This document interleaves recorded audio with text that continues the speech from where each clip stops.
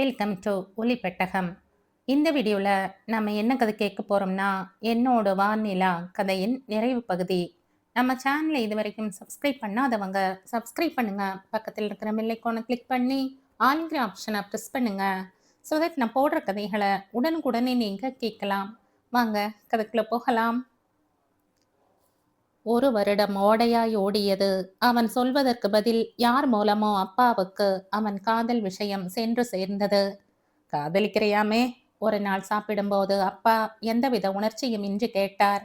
ஆமாம்பா, நானே உங்ககிட்ட சொல்லணும்னு நினைச்சேன். பொண்ணு யாரு? ஹரணின்னு பேரு. பிசிஏ பண்ணிட்டு ஒரு கம்பெனியில வேலை பார்த்துட்டு இருக்கா. பார்க்க அழகா இருப்பா. பார்க்க அழகா இருக்கட்டும், பண வசதி எப்படி? நம்ம வீட்டுக்கு வந்துட்டா அவதானப்பா ராணி. ராணியா வர்றதுக்கும் ஒரு அந்தஸ்து வேணும் இல்ல? பணம் தான் அந்தஸ்துன்னு நினைக்கிறீங்களாப்பா? ஒத்த பைசா இல்லாம ஜஸ்ட் ரெண்டு நாள் எங்கேயானும் போய் இருந்து காட்டிடேன் பாப்போம். கல்யாணம்ங்கிறது மனசுக்கு பிடிச்சு நடக்கணும்ப்பா. தாராளமா நடத்திக்கோ, உன்னை யாரும் தடுக்க போறதில்ல. உலகந்தான் பறந்து விரிஞ்சு கிடக்கே. அவளை கூட்டிட்டு போய் எந்த மூலையில வேணா சந்தோஷமா இரு. இந்த வீட்டுக்கு மட்டும் வந்துடாத. என் பணத்துக்கு சொந்தம் கொண்டாடாம சுயமா உழைச்சு சம்பாதிச்சு அவளை காப்பாத்து. இல்ல அவ சம்பளத்துல நீ ஹவுஸ் ஹஸ்பண்டா உட்கார்ந்து சாப்பிடு. என் காலத்துக்கு பிறகு சொத்து முழுக்க உன் தங்கைக்கும் அவளுக்கு வரப்போற புருஷனுக்கும் போய் சேர்ற மாதிரி உயில் எழுதி வச்சுடுற. பிளாக்மெயில் பண்றீங்களாப்பா? ச்சே, பிராக்டிக்கலா பேசுறேன். இதுதான் உங்க முடிவா? நீதாண்டா முடிவெடுக்கணும். அவர் எழுந்து சென்று கை கழுவினார். என்ன உங்க அப்பா இப்படி சொல்றாரு? அவைத்த கடலையை உடைத்தபடி கேட்டாள் ஹரிணி. என்ன செய்யலாம் சொல்லு? ஒரே பிள்ளை, உங்க விருப்பம்தான், அவர் விருப்பம் எல்லாம் கதவிட்டீங்க. கல்யாண விஷயத்துல கவுத்துட்டாரே. சும்மா மிரட்டி பார்க்கறாருன்னு நினைக்கிறேன். நீங்களும் பிடிவாதமா இருங்க. அவள் சொல்லியபடி அவன் மீண்டும் அப்பாவிடம் பேசினான். தன் உறுதியை அவருக்கு உணர்த்தினான். முகவாய் கட்டையை சொரிந்தபடி அவர் அவன் சொன்னதையெல்லாம் பொறுமையாக கேட்டார். எனக்கு ஒரு வாரம் டைம் கொடு, யோசிச்சு ஒரு முடிவுக்கு வரேன் என்றார். அவன் முகம் மலர்ந்தது. யோசிப்பதாக அவர் சொன்னதே அவர் அவன் வழிக்கு வந்து விட்டதன் அடையாளமாக இருந்தது. அன்று மாலையே ஹரிணியிடம் அதை சொல்லி அகமகிழ்ந்தான். நான் சொல்லல, நாம பிடிவாதமா இருந்தா அவங்க தான் இறங்கி வருவாங்கன்னு. உங்க வீட்டு நிலைமை எப்படி? முதல்ல உன்னாங்க அம்மா. பணக்கார இடம்னதும் இன்னும் பயந்தாங்க. பணத்தை பார்த்து நீ மயங்கிட்டியா, இல்ல பணத்தை காட்டி உன்னை அவன் மயக்க பார்க்கறானா அப்படின்னு எல்லாம் குறுக்கு விசாரணை பண்ணாங்க. உங்களை பத்தி நான் சொன்னதும் கொஞ்சம் சமாதானமானாங்க. ஆனாலும் தானே நேர்ல உங்களை பார்த்து பேசினா தான் முழு நம்பிக்கை வருமாம். ஒரு நாள் வீட்டுக்கு கூட்டிட்டு வர சொன்னாங்க. என்னைக்கு போகலாம்? எப்ப வேணா. நாளைக்கு புதன்கிழமை வரட்டுமா? சொஜ்ஜி பஜ்ஜி ஏதாவது செய்து வைக்கணுமா? நான் என்ன உங்க அம்மாவை பெண் பார்க்கவா வரேன்? உன்னைத்தான் ஏற்கனவே பார்த்தாச்சே. இருந்தாலும் சொஜ்ஜி பஜ்ஜி தந்தா வேணாம்னு சொல்ற ஐடியா இல்ல. மறுநாள் அவன் உயர் ரக திராட்சை ஒரு பெட்டியும் ஒரு டஜன் ஆப்பிளும் வாங்கி கொண்டு அவள் வீட்டிற்கு போனான். மிக பவ்யமாக அவள் அம்மாவோடு பேசினான். ஆரம்பத்தில் அவள் அம்மாவின் முகத்தில் இருந்த குழப்பமும் பயமும் அவன் விடை பெற்று கிளம்பும் போது சுத்தமாய் காணாமல் போயிருந்தது. ஏதோ ஒரு பால் பேடாவும் மிக்சரும் காஃபியும் கொடுத்து உபசரித்து அவனை வழி அனுப்பி வைத்தாள். ஒரு வாரம் கழித்து அப்பா அவனை அழைத்தார். அவனிடம் 2 கோப்புகளை கொடுத்தார். பிரிச்சு படி, உத்தரவிட்டு விட்டு ஜன்னல் வழியே வேடிக்கை பார்த்தார். அவன் முதல் கோப்பை பிரித்தான். முத்திரை தாளில் டைப் செய்யப்பட்ட வரிகளை அவசரமாக படித்தவன் முகம் சற்று நேரத்தில் மலர்ந்தது. அவருடைய சொத்துக்கள் அனைத்தும் அவருக்கு பின்னால் அவனுக்கு சேர வேண்டும் என்று எழுதியிருந்தார். தங்கைக்கு ஒரு பங்கு ஒதுக்கி இருந்தார். அவன் முகம் மலர அவரை பார்த்தான். அடுத்ததையும் படி. அவன் அடுத்த கோப்பை எடுத்தான். சில நிமிடங்களிலேயே அவன் முகம் மாறியது. அடுத்த கோப்பில் இருந்த முத்திரை தாளில் அத்தனை சொத்தும் தனக்கு பின் தன் பெண்ணுக்கும் அவள் வயிற்றில் பிறக்கப் போகும் வாரிசுகளுக்கும் போய் சேர வேண்டும். ஒருவேளை சொத்துக்கள் மீது அவளுக்கு விருப்பம் இல்லை என்றாலோ, அல்லது திருமணத்திற்கு முன்பே ஏதாவது வகையில் அவளுக்கு துர்மரணம் சம்பவித்தால் அத்தனையும் அடியில் குறிப்பிட்டுள்ளவாறு கோயில்களுக்கும் அனாதை இல்லங்களுக்கும் பிரித்தளிக்கப்பட வேண்டும் என்று எழுதப்பட்டிருந்தது. தினகரின் முகம் வெளுத்து போயிற்று. அப்பா அவனை பார்த்தார். இதுல எந்த பத்திரத்துல நான் கையெழுத்து போடணும்னு நீ ஏன் முடிவெடு. சும்மா நான் உன்னை மிரட்டி பார்க்கறேன்னு நினைச்சல்ல, இது சும்மா இல்லை, நிஜம்தான். நான் என் மனசை கல்ல ஆக்கிக்கிட்டேன். காதல் தான் முக்கியம்னா அதோ இந்த நிமிஷமே தாராளமா நீ போகலாம். அவளையே கட்டிக்கிட்டு சுயமா சம்பாதிச்சு சந்தோஷமா வாழ்ந்துக்க. நான் தடுக்க மாட்டேன். ஆனா நீ போன அடுத்த நிமிஷம் இந்த டாக்குமெண்ட்ல கையெழுத்து போட்டு லாக்கர்ல வச்சுடுவேன். வக்கீல் கிட்டையும் ஒரு காப்பி இருக்கும். இல்ல நான் அப்படி செய்யக்கூடாதுன்னு நினைச்சேன்னா வர வெள்ளிக்கிழமை என்னோட வந்து நான் பார்த்து வச்சிருக்கிற பெண்ணை பாரு. அவ கழுத்துல தாலி கட்ட ரெடியா இரு. கல்யாணம் முடிஞ்ச சரியா 30ஆம் நாள் என் மருமக வந்து என்கிட்ட நீங்க 2 பேரும் சந்தோஷமா இருக்கிறதா ஒரு வார்த்தை சொல்லிட்டா போதும். உடனே இந்த டாக்குமெண்ட்ல சைன் பண்ணி உங்கிட்டயே கொடுத்துடுறேன். இன்னும் 2 நாள் டைம் இருக்கு. யோசிச்சு ஒரு முடிவுக்கு வா. அப்பா அந்த 2 கோப்புகளையும் தன் பீரோவில் பத்திரப்படுத்திவிட்டு வெளியேற தினகர் சிலையாய் அமர்ந்திருந்தான். என்ன சொல்றான் பையன்? வக்கீல் ஏதோ கேஸ் ஃபைலை படித்தபடி கேட்டார். இன்னும் 2 நாள் இருக்கே, ஒரு முடிவுக்கு வருவான். ஒருவேளை சொத்து வேண்டாம் காதல் தான் பெருசுன்னு போயிட்டான்னா போக மாட்டார். எப்படி சொல்றீங்க? இது என்ன சினிமாவா? வீரமா வசனம் பேசிட்டு சிலிர்த்துக்கிட்டு குதிரை மாதிரி போக. இது வாழ்க்கைப்பா. என் பையனை பத்தி எனக்கு தெரியும். எல்கேஜி படிக்கிற காலத்துல இருந்து ஏசி கார் ஏசி ரூம்னு சொகுசா வாழ்ந்தவன். பசி பட்டினின்னா என்ன அர்த்தம்னு கேட்பான். குங்குமப்பூ இல்லாம அவன் இதுவரைக்கும் பால் சாப்பிட்டதில்லை. இவனுக்கு பிடிச்சதை சமைச்சு போடவே வீட்டில் 3 சமையற்காரங்க இருக்காங்க. அவன் வீட்டில் போட்டுட்டு நடக்கிற செருப்பே 500 ரூபாய். வெளியில் போட்டுட்டு போகிற ஷூ 3000க்கு குறைஞ்சு கிடையாது. அவனை படிக்க வச்சது ஒரு கௌரவத்துக்காகத்தானே தவிர அவன் சம்பாதிக்கிறதுக்காக இல்லை. இவன் மட்டும் இல்லை, இவனோட 5 தலைமுறை அஞ்சாமல் உட்காந்து சாப்பிட்ற அளவுக்கு சொத்தும் பணமும் எங்கிட்ட இருக்கு. 2 நிமிஷம் வெயில்ல நின்னா அவன் முகம் சிவந்து வியர்வை ஆறா வழியும். எரிதுப்பான்னு தவிப்பான். அந்த அளவுக்கு மாற்றி மாற்றி ஏசியில் இருக்கிறவன். இத்தனை சொகுசா வளர்ந்தவன் கஷ்டப்பட தயார்னு சொல்வான்னு நினைக்கிற? நிச்சயம் மாட்டான். நீ வேணா பார், வெள்ளிக்கிழமை நிச்சயம் அவன் என் கூட பொண்ணு பார்க்க வருவான், அவர் உறுதியாய் கூறினார். கடற்கரை சாலையோரம் காரில் அமர்ந்தபடி ஹரணியிடம் அப்பாவின் பிடிவாதத்தை விலாவாரியாக கூறினான் தினகர். ஹரணியின் முகம் மாறியது. வேணாம் தினகர், அத்தனையும் உதறி எறிஞ்சிட்டு வந்துடுங்க. அவர் காசு யாருக்கு வேணும்? பணமா நமக்கு பெருசு? நம்ம கிட்ட படிப்பில்லை, திறமை இல்லை. நம்மளால அதை விட அதிகம் சம்பாதிச்சு ராஜ வாழ்க்கை வாழ முடியாது.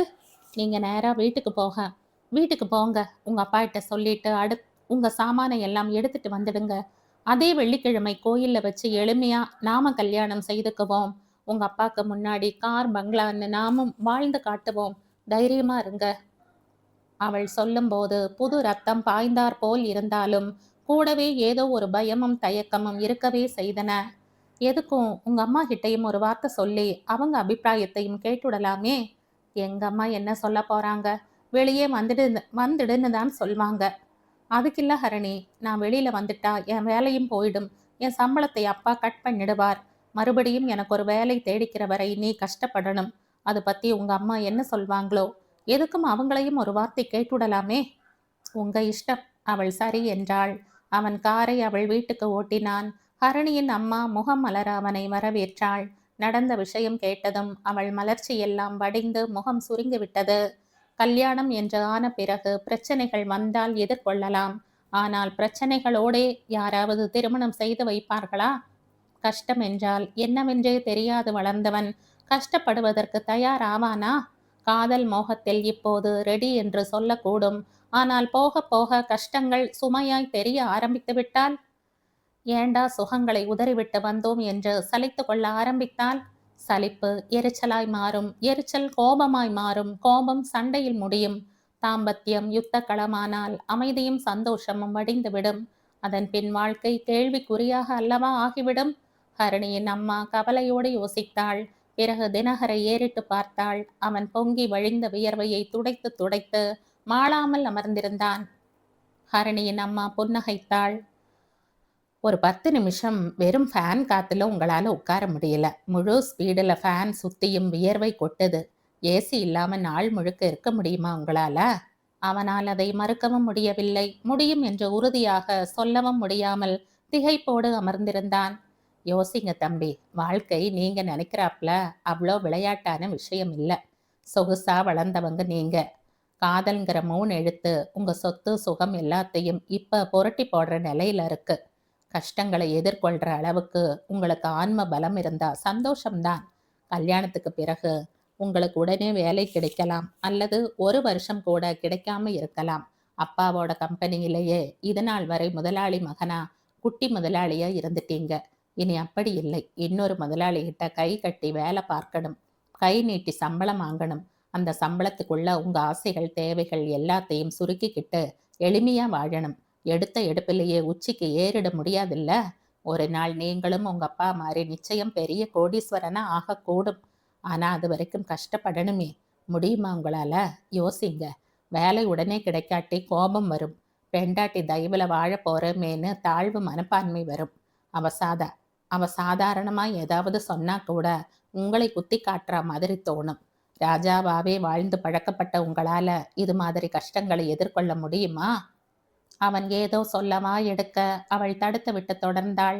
முடியும்னு அவசரப்பட்டு சொல்லிடாதீங்க. வெள்ளிக்கிழமைக்கு இன்னும் 2-3 நாள் இருக்கு. இந்த 3 நாள்ல ஜஸ்ட் 2 நாள் எங்க வீட்டில் இருங்க. ஏன்னா கல்யாணத்துக்கு பிறகு நீங்க இங்கே தானே இருக்கணும். 2 நாள் முன்னாடியே வந்திருந்து இந்த வாழ்க்கை பிடிக்குதான்னு பாருங்க. அதுக்கப்புறம் ஒரு முடிவுக்கு வாங்க. அவன் திகைத்தான். அப்பா கிட்ட என்ன சொல்லிட்டு வர? எங்கடா போறேன்னு கேட்டா, மனசு சரியில்லை, 2 நாள் என் ஃப்ரெண்டு வீட்டில் இருந்துட்டு வரேன்னு சொல்லிட்டு வாங்க. அவன் சம்மதித்தான். இருந்தாலும் அந்த சின்ன வீட்டில் தன்னால் இருக்க முடியுமா என்ற சந்தேகம் எழும்பியது அவனுக்கு. முடியாது என்றால் ஹரணி காரி துப்பினாலும் துப்புவாள். அதைவிட 2 நாள் இருந்து பார்த்து விடுவது பெட்டர். அவன் அங்கிருந்து விடை பெற்று கிளம்பினான். அவன் நல்ல நேரம் அப்பாவே பிசினஸ் விஷயமாக அவசரமாக ஹைதராபாத் சென்றிருப்பதாக தெரிந்ததும் நிம்மதியானான். சமையல்கார மாமியிடம் 2 நாள் ஊரில் இருக்க மாட்டேன் என்று சொல்லிவிட்டு 2 செட் துணிமணிகள் இதர சாமான்களை ஒரு சூட்கேஸில் திணித்து கொண்டு மறுநாள் காலை ஹரணியின் வீட்டுக்கு சென்றான். இருந்த ஒரே ஒரு பெட்ரூமை அவனுக்காக ஒழித்து கொடுத்தனர். நடுத்தர வர்க்கத்தினர் வசிக்கும் வீடு அது. கீழே 2 குடித்தனம், மாடியில் 3 குடித்தனம். தவிர கீழேயே வீட்டுக்காரரும் குடியிருந்தார். கீழே ஒரு பாத்ரூமும் கழிப்பறையும் பொதுவாகவும், மாடியிலும் ஒரு பொது பாத்ரூமும் கழிப்பறையும் இருந்தன. குடியிருந்தவர்கள் எல்லோரும் அரசாங்கத்திலும் தனியார் நிறுவனத்திலும் வேலை செய்பவர்களாக இருந்தார்கள். காலை 9 மணி வரை குடித்தனங்கள் கலையபரமாயிருக்கும். கழிப்பறையும் பாத்ரூமும் மாற்றி மாற்றி ஹவுஸ் ஃபுல்லாக இருக்கும். முந்தி அடித்து உள்ளே செல்ல தனி சாமர்த்தியம் வேண்டும். தண்ணீரும் அப்படித்தான். தண்ணீர் பஞ்சத்தால் நிலத்தடி நீர் குறைந்து விட்டதால் மோட்டாரில் சுத்தமாக நீர் எடுக்கவில்லை. வாசலில் அரசாங்க குடிநீர் தொட்டி இருந்தது. மெட்ரோ வாட்டர் வண்டி வரும் சத்தம் கேட்டால் எல்லோரும் போட்டது போட்டபடி போட்டுவிட்டு கலர் கலராய் குடங்களோடு ஓடுவார்கள் வரிசையில் இடம் பிடிக்க. வந்த சிறிது நேரத்திலேயே அந்த வாழ்க்கை முறையுடன் ஒட்ட முடியாமல் விழி பிதுங்கி போனான் தினகர். மிக சிறிய படுக்கை அறையில் ஒரு பழைய கட்டிலில் சாதாரண மெத்தையும் தலையணையும் இருந்தது. லொட லொடவென்று ஒரு சீலிங் ஃபேன். காற்று சுமாராய்த்தான் வரும். ஜன்னல் திறந்தால் கொசுக்கள் படையெடுக்கும் என்றார்கள். 5 நிமிடத்திற்கு மேல் அறைக்குள் நிற்க இயலவில்லை. புழுக்கத்தில் வியர்வை பொங்கி மூச்சடைத்தது. கொசு கடித்தாலும் பரவாயில்லை என்று ஜன்னலை திறந்து வைத்தான். நாங்க கிளம்பிட்டோம் தினகர். உங்களுக்கு டிஃபனும் மத்தியானம் சாப்பாடும் இருக்கு. ஃப்ளாஸ்கில் காஃபி இருக்கு. சாப்பிட்டுட்டு ரெஸ்ட் எடுங்க. சாயங்காலம் பார்ப்போம். ஹரணி கை அசைத்து விட்டு கிளம்பினாள். தன் 2 வீலரில் அம்மாவை ஏற்றி கொண்டு சென்றாள். தினகர் சற்று நேரம் ஹாலில் உட்கார்ந்து டிவி பார்த்தான். சிறிய போர்ட்டபிள் கருப்பு வெள்ளை டிவி தான். கேபிள் கனெக்ஷன் இருந்தது. எல்லா சேனலையும் கருப்பு வெள்ளையில் பார்ப்பது கலர் டிவி பார்த்து பழகிய விழிகளுக்கு கடினமாக இருந்தது. 10 மணிக்கு பாத்ரூம் பக்கம் கும்பல் குறைய சோப்பு டப்பா டவல் சகிதம் குளிக்க சென்றவனை குடித்தனத்து பெண்கள் யார் என்பது போல் பார்க்க கூச்சம் ஏற்பட்டது. சரோஜா டீச்சராத்துக்கு வந்திருக்கேளா? ஒரு மாமி கேட்டாள். அவளுக்கு என்ன உறவு? சரோஜா டீச்சர் சொல்லலையா? அழுத்த காரியாச்சே அவ. அது சரி, நீங்க தானே அவாத்துக்கு அடிக்கடி கார்ல வந்துட்டு போவேள். பார்த்துருக்கீங்களா? அவ பொண்ணுக்கும் உங்களுக்கும் லவ்வா? அவன் அசட்டு சிரிப்பு சிரித்துவிட்டு பாத்ரூமுக்குள் நுழைந்து கதவு சாத்தி கொண்டு அப்பாடா என்று பெருமூச்சு விட்டான். பாத்ரூம் லட்சணம் வாந்தி வரும் போல் இருந்தது. சுவரெல்லாம் அழுக்கு. தரையில் எண்ணெய் பிசுக்கும் பாசி பிசுக்குமாயிருந்தது. தண்ணீர் கஷ்டத்தால் ஒரு பக்கெட் தண்ணீரில் நான் குளிக்க வேண்டும் என்று ஹரிணி கண்டிஷன் போட்டிருந்தாள்.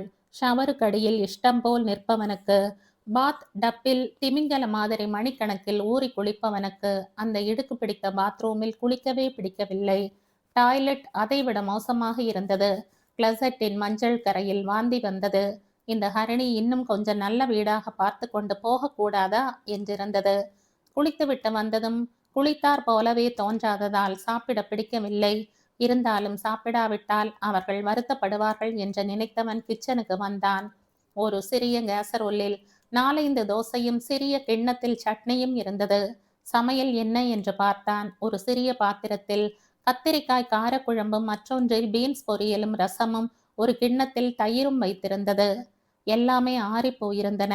அவன் வீட்டில் டிஃபன் வகையறாவே 7-8 தினசுக்கு இருக்கும். அவன் எது கேட்கிறானோ அது சுட சுட டேபிளுக்கு வரும். சுத்தமான டைனிங் ஹாலில் மேல் நாட்டு கலாச்சாரத்தோடு சாப்பிட்டு பழகியவனுக்கு இந்த சிறிய கிச்சனில் ஆறிப்போன உணவுகளை 2 வாய்க்கு மேல் சாப்பிட இயலாமல் மூடி வைத்துவிட்டு எழுந்தான். நல்ல காலம் மினரல் வாட்டர் கேன் மட்டும் அவனுக்காக வாங்கியிருந்தார்கள். 4 டம்ளர் தண்ணீர் மட்டும் குடித்துவிட்டு ஹாலுக்கு வந்தான். அடிக்கடி கடிகாரம் பார்த்தான். மாலை மணி 7 அடிப்பதற்குள் ஒரு யுகம் போனாற் போல் இருந்தது. 7 மணிக்கு ஹரிணி அம்மாவோடு வந்து சேர்ந்தாள். அவளை பார்த்ததும் தான் உயிர் வந்தாற்போல் இருந்தது. ஹாய் தினகர், பொழுது எப்படி போச்சு? ரொம்ப போர் அடிச்சுச்சா? ஹரிணி களைப்போடு அவன் அருகில் வந்து அமர்ந்தாள். என்ன தம்பி, டிஃபன் சாப்பாடு காப்பி எல்லாம் வச்சது வச்சபடி இருக்கு. பசி இல்லையா? இல்ல என் கை பாகம் பிடிக்கலையா? அதெல்லாம் இல்ல ஆன்ட்டி. உண்மையை சொல்லணும்னா என்னால ஒரு நாள் கூட இங்க இருக்க பிடிக்கல. டாய்லெட் பாத்ரூம் எல்லாம் பார்த்தா வாந்தி வருது. இன்னொரு நாள் இங்க இருந்தேன்னா எனக்கு ஜுரமே வந்துடும். நான் இப்பவே கிளம்புறேன். அவன் சொன்னதும் ஹரிணி பயமும் வேதனையுமாக அவனை பார்த்தாள். அவன் தன் சூட்கேஸை எடுத்துக்கொண்டு கிளம்ப ஹரிணி கவலையோடு பார்த்தாள். இனி உங்க பிளான் தான் என்ன தினகர்? அப்பா பார்த்த பெண்ணையே கல்யாணம் செய்துகிட்டு சொகுசா வாழ்ந்துடுறதும்னா? பைத்தியம், இந்த சூழ்நிலை எனக்கு அலர்ஜியா இருக்குன்னு சொன்னனே தவிர உன்னை மறந்துட போறேன்னு சொன்னனா? உங்க அப்பாவோட பிடிவாதத்தை எப்படி உடைப்பீங்க? யோசிக்கிறேன், அது வரைக்கும் பொறுமையா இரு. அவன் தைரியம் சொன்னான். இருந்தாலும் நீங்க இன்னும் கொஞ்சம் நல்ல வீடா பார்த்து குடி போயிருந்திருக்கலாம். எப்படி இந்த வீட்டுல இருக்கீங்கன்னு தெரியல என்றான் சற்று பொறுத்து. எங்களுக்கு இந்த சூழல் பழகி போச்சு. ஃப்ளாட்டுக்கு குடி போகலாம் தாராளமா. ஆனா அங்க பக்கத்து வீட்டுக்காரங்க முகத்தை கூட பார்க்க முடியாது. இங்க பாத்ரூமும் லெட்ரினும் காமனா இருந்தாலும் இங்க இருக்கிற பாதுகாப்பும் நட்புணர்வும் வேறெங்கேயும் எங்களுக்கு கிடைக்காது. இந்த நிமிஷம் எனக்கு ஒரு கஷ்டம்னா அத்தனை குடும்பமும் ஓடி வந்து நிற்கும். பண பிரச்சனையா? ஆளுக்கு கொஞ்சம் புரட்டி போட்டு கொடுக்கும். உடம்பு சரியில்லையா? உடனே ஆஸ்பத்திரியில சேர்க்கும். ஒரு வீடு பிளாஸ்க்ல காஃபியோட ஓடி வரும். இன்னொன்னு டிஃபனா சாப்பாடா கொண்டு வந்து கொடுத்து கவனிச்சுக்கும். ஆளுக்கு ஒரு உபகாரம் செய்ய யாரும் அஞ்ச மாட்டாங்க. நீங்கள்லாம் ஓவர் சுத்தம் பார்க்குறவங்க. ஷோகேஸ் கண்ணாடியில தூசி படிஞ்சா கூட முகம் சுளிப்பீங்க. அதனால இந்த சூழல் உங்களுக்கு கஷ்டமாத்தான் இருக்கும். அதனால தான் வீட்டை விட்டு அவசரப்பட்டு வந்துடாதீங்க. 2 நாள் இருந்து பார்த்துட்டு முடிவெடுங்கன்னு சொன்னேன். நான் நினைச்ச மாதிரி உங்களால முடியல. கஷ்டப்பட தயாரா இல்லைன்னா எப்படி தினகர் இந்த பிரச்சனையை சமாளிப்பீங்க? எனக்கு டைம் கொடு ஹரிணி, ஏதாவது செய்யறேன். எது நடந்தாலும் பதட்டப்படாத. நாம ஒன்று சேர்றது நிச்சயம். தினகர் உறுதி அளித்துவிட்டு கிளம்பினான். அதன் பிறகு அவனிடமிருந்து எந்த தகவலும் இல்லை. அப்பா வழிக்கு செல்வது போல் சென்று ஜெயித்த பின் தன் வழியிலேயே மீண்டும் திரும்பி வருவது, இதுதான் தினகரின் திட்டம். அவனால் சாதாரண வாழ்க்கை வாழ முடியாது. கஷ்டப்பட அவன் மனம் தயாரானாலும் உடல் ஒத்துழைக்க மறுத்தது. பிறந்தது முதல் பங்களாவில் சகல வசதிகளோடு வாழ்ந்த பிறகு இனி சாதாரண வாழ்க்கையையோ உழைத்து படிப்படியாய் முன்னுக்கு வரும் சிரமத்தையோ அவனால் நினைத்து கூட பார்க்க முடியவில்லை. காதலிப்பது அப்படி என்ன உலக மகா குற்றமா என்ன? காதலிப்பதற்கு அவனுக்கு எந்த அளவுக்கு உரிமை இருக்கிறதோ அதே அளவுக்கு தகப்பனின் சொத்துக்கள் மீதும் அவற்றை அனுபவிப்பதற்கும் உள்ளது. எதற்காக அதை இழக்க வேண்டும்? பெற்ற மகனை சொத்து சுகங்களை காட்டி மிரட்டி தன் வழிக்கு இணங்க செய்வது எவ்வளவு கேவலம்! ஒரு நடுத்தர வர்க்கத்து பெண் பங்களாவுக்கு வந்து வாழக்கூடாது என்று நினைப்பது எவ்வளவு குறுகிய மனப்பான்மை! பணம் காசு இருந்தென்ன? நல்ல மனம் வேண்டாமா? இது மாதிரி மனிதர்களை ஏமாற்ற வேண்டும் என்றால் அவர்கள் வழிக்கே சென்றால்தான் முடியும். இதில் ஒரு பாவமும் இல்லை. ஆஸ்திக்காக அவர் பார்க்கும் பெண்ணை மணப்பது, ஆனால் அன்பை ஹரணிக்கு மட்டுமே கொடுப்பது. சொத்துக்கள் அவன் பெயருக்கு மாறியதும் அந்த பெண்ணை விவாகரத்து செய்து நஷ்ட ஈடாக அவள் கேட்கும் தொகையை கொடுத்துவிட்டு ஹரணியை மணந்து கொண்டு அப்பாவின் முகத்தில் கரி பூச வேண்டியது. ஹரணியோடு சந்தோஷமாக வாழ்க்கையை ஆரம்பிப்பது, இதுதான் அவன் திட்டம். வெள்ளிக்கிழமை அப்பாவோடு பெண் பார்க்க போனான். பவித்ராவின் முகத்தை கூட பார்க்கவில்லை. நீ யாரை கட்டி வைத்தாலும் சம்மதம் என்பது போல அமர்ந்திருந்தான். வாழப் போகிறோம் என்றால் தானே பெண் எப்படி இருக்கிறாள், என்ன குணம் என்று பார்க்க வேண்டும். காரியமானதும் கழட்டிவிடப் போகிறோம் என்று முடிவு செய்து விட்டவனுக்கு பெண் எப்படி இருந்தால்தான் என்ன? பவித்ராவுக்கும் அவனுக்கும் திருமணம் நிச்சயமாயிற்று. இந்த விஷயம் தெரிந்தால் ஹரிணி நிச்சயம் இடிந்து போய்விடுவாள் என்பதால் அவளிடம் 3 மாதம் பிசினஸ் விஷயமாக அமெரிக்கா போகப் போவதாக சொல்லிவிட்டு தற்காலிகமாக அவளை பார்ப்பதை தவிர்த்தான். வாரத்திற்கு ஒரு முறை அவளுக்கு இமெயில் அனுப்பினான். அவளிடமிருந்து பதில் வந்தால் உள்ளூரில் இருந்தே படிப்பான். 3 மாதம் வரை அவள் கண்ணில் படாமல் தப்பித்தான். உண்மையை சொல்லிவிடலாம், ஆனால் நிச்சயம் அவள் அதற்கு ஒப்புக்கொள்ள மாட்டாள். இன்னொரு பெண் தங்கள் இருவருக்கும் இடையில் தற்காலிகமாக கூட நுழைய அனுமதிக்க மாட்டாள். எல்லா சோதனைகளும் கடந்து ஜெயித்த பின் அவளிடம் உண்மையை கூறிவிடலாம் என்று நினைத்தான். ஆனால் அவன் நினைத்தது ஒன்று, நடந்தது ஒன்று. காற்றின் இண்டு இடுக்குகளில் கசிந்து எப்படியோ ஹரணியின் காதுகளை இந்த விஷயம் தொட்டது. அவள் துரதிர்ஷ்டம். முகூர்த்த நேரம் முடிந்த பின்தான் அவளுக்கு விஷயம் தெரிந்தது. ஒரு நாள் முழுக்க உண்ணாமல் உறங்காமல் அழுதாள். கடவுளே, இதுதான் ஆண் புத்தியா? அவனை நாக்கை பிடுங்கிக் கொள்வது போல் 4 வார்த்தை கேட்காவிட்டால் மனசு ஆறாது என்று தோன்ற மறுநாளே அவன் வீட்டுக்கு போன் பண்ணினாள். அவள் போன் செய்யும் ஒவ்வொரு முறையும் பவித்ராவேதான் போன் எடுத்து பேசினாள். தற்கொலை செய்வேன் என்று அவள் அஸ்திரம் கொடுத்தும் பவித்ரா அசரவில்லை. தூரத்து பனிமலைகளையும் ஆங்காங்கு உருகி ஓடிய நதிகளையும் பார்த்தபடி அமர்ந்திருந்தாள் பவித்ரா. மனசு விட்டு அனைத்தையும் அவளிடம் சொல்லிவிட்ட ஆஸ்வாசத்தில் தினகர் டீப்பாய் மீதிருந்த பிளாஸ்க் திறந்து சுட சுட கொஞ்சம் டீ ஊற்றி கொடுத்தான். டீ குடிக்கிறையா? அவளிடம் கேட்டான். வேணாம், ரொம்ப குளிருது, உள்ள போறேன் நான் என்றபடி எழுந்தாள். எல்லாத்தையும் கேட்டுட்டு எதுவுமே சொல்லாம போனா எப்படி? பாவம் அந்த பெண். ஒற்றை வரியில் சொல்லிவிட்டு ஷாலை சரியாக இழுத்து போர்த்தியபடி நடந்தாள். நீங்க அவளை எந்த அளவுக்கு விரும்புறீங்க தினகர்? உங்க அன்பின் ஆழம் என்ன? அதை எப்படி சொல்வேன் பவித்ரா? அவளுக்காக இன்னொரு பெண்ணை பகடைக்காய் ஆக்கிற அளவுக்கு என் புத்தி என் வசமில்லாம போயிருக்குன்னா பாத்துக்க. ஏன்? காதலிக்கிறது தப்பில்லை தினகர். ஆனா காதல்ல ஜெயிக்கிறதுக்கு தேவையான மன உறுதி உங்ககிட்ட இல்லாததால இப்ப 2 பெண்கள் ஒவ்வொரு விதமா கஷ்டப்படுறோம். ஒண்ணு அப்பா மனசை மாத்த போராடி இருக்கணும், இல்ல மிடில் கிளாஸ் வாழ்க்கைக்கு தயாராகி இருக்கணும். உங்களுக்கு ஹரிணியும் வேணும், ஏசி பங்களாவும் வேணும்னா எப்படி? அது உடனே நடக்குமா? நடக்கிற வரை கல்யாணமே இப்ப வேணாம்னு இருந்திருக்கணும். அதுக்கும் எங்க அப்பா விட்டிருக்க மாட்டார் பவித்ரா. அவரை பத்தி உனக்கு தெரியாது. நினைச்சதை சாதிப்பவர் அவர். எதனால அவருக்கு அந்த உறுதி வந்தது? சும்மாவா? கஷ்டப்பட்டாதான் பணம் பங்களான்னு இருக்கலாம். அவர் கஷ்டப்பட்டு பெரிய ஆளானார். நீங்க அவருக்கு பிள்ளையா பிறந்துட்ட காரணத்தினாலேயே நோகாம எல்லாத்தையும் அடையணும், அனுபவிக்கணும்னு நினைச்சீங்க. கஷ்டப்பட நீங்க தயாராகி இருந்தீங்கன்னா ஒண்ணு உங்க உழைப்புல நீங்க கோடீஸ்வரனாகி இருப்பீங்க, இல்ல உங்க அப்பாவே உங்க உறுதியை பார்த்துட்டு உயிலை மாத்தி எழுதியிருப்பார். அவள் சொல்வது சரிதான் என்று உரைக்க அவன் தலை குனிந்து நின்றான்.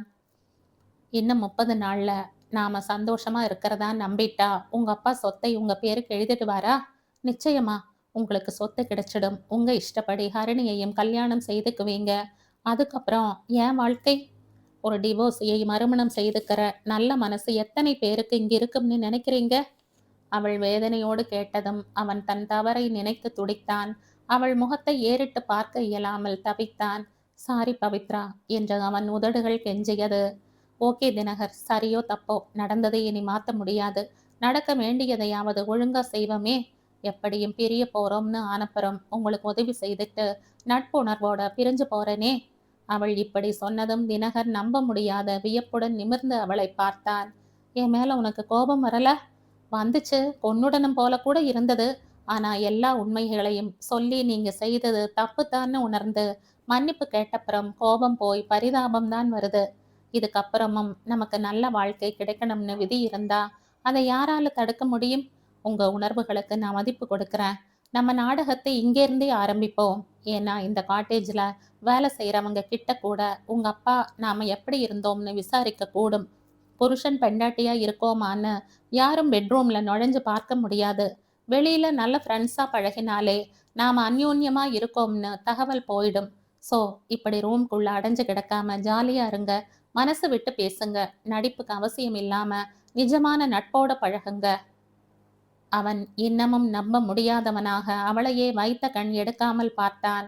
2 நாட்கள் முன்பு வரை அவனை குத்தி கிழித்தவள் தானா இவள் என்று தோன்றியது.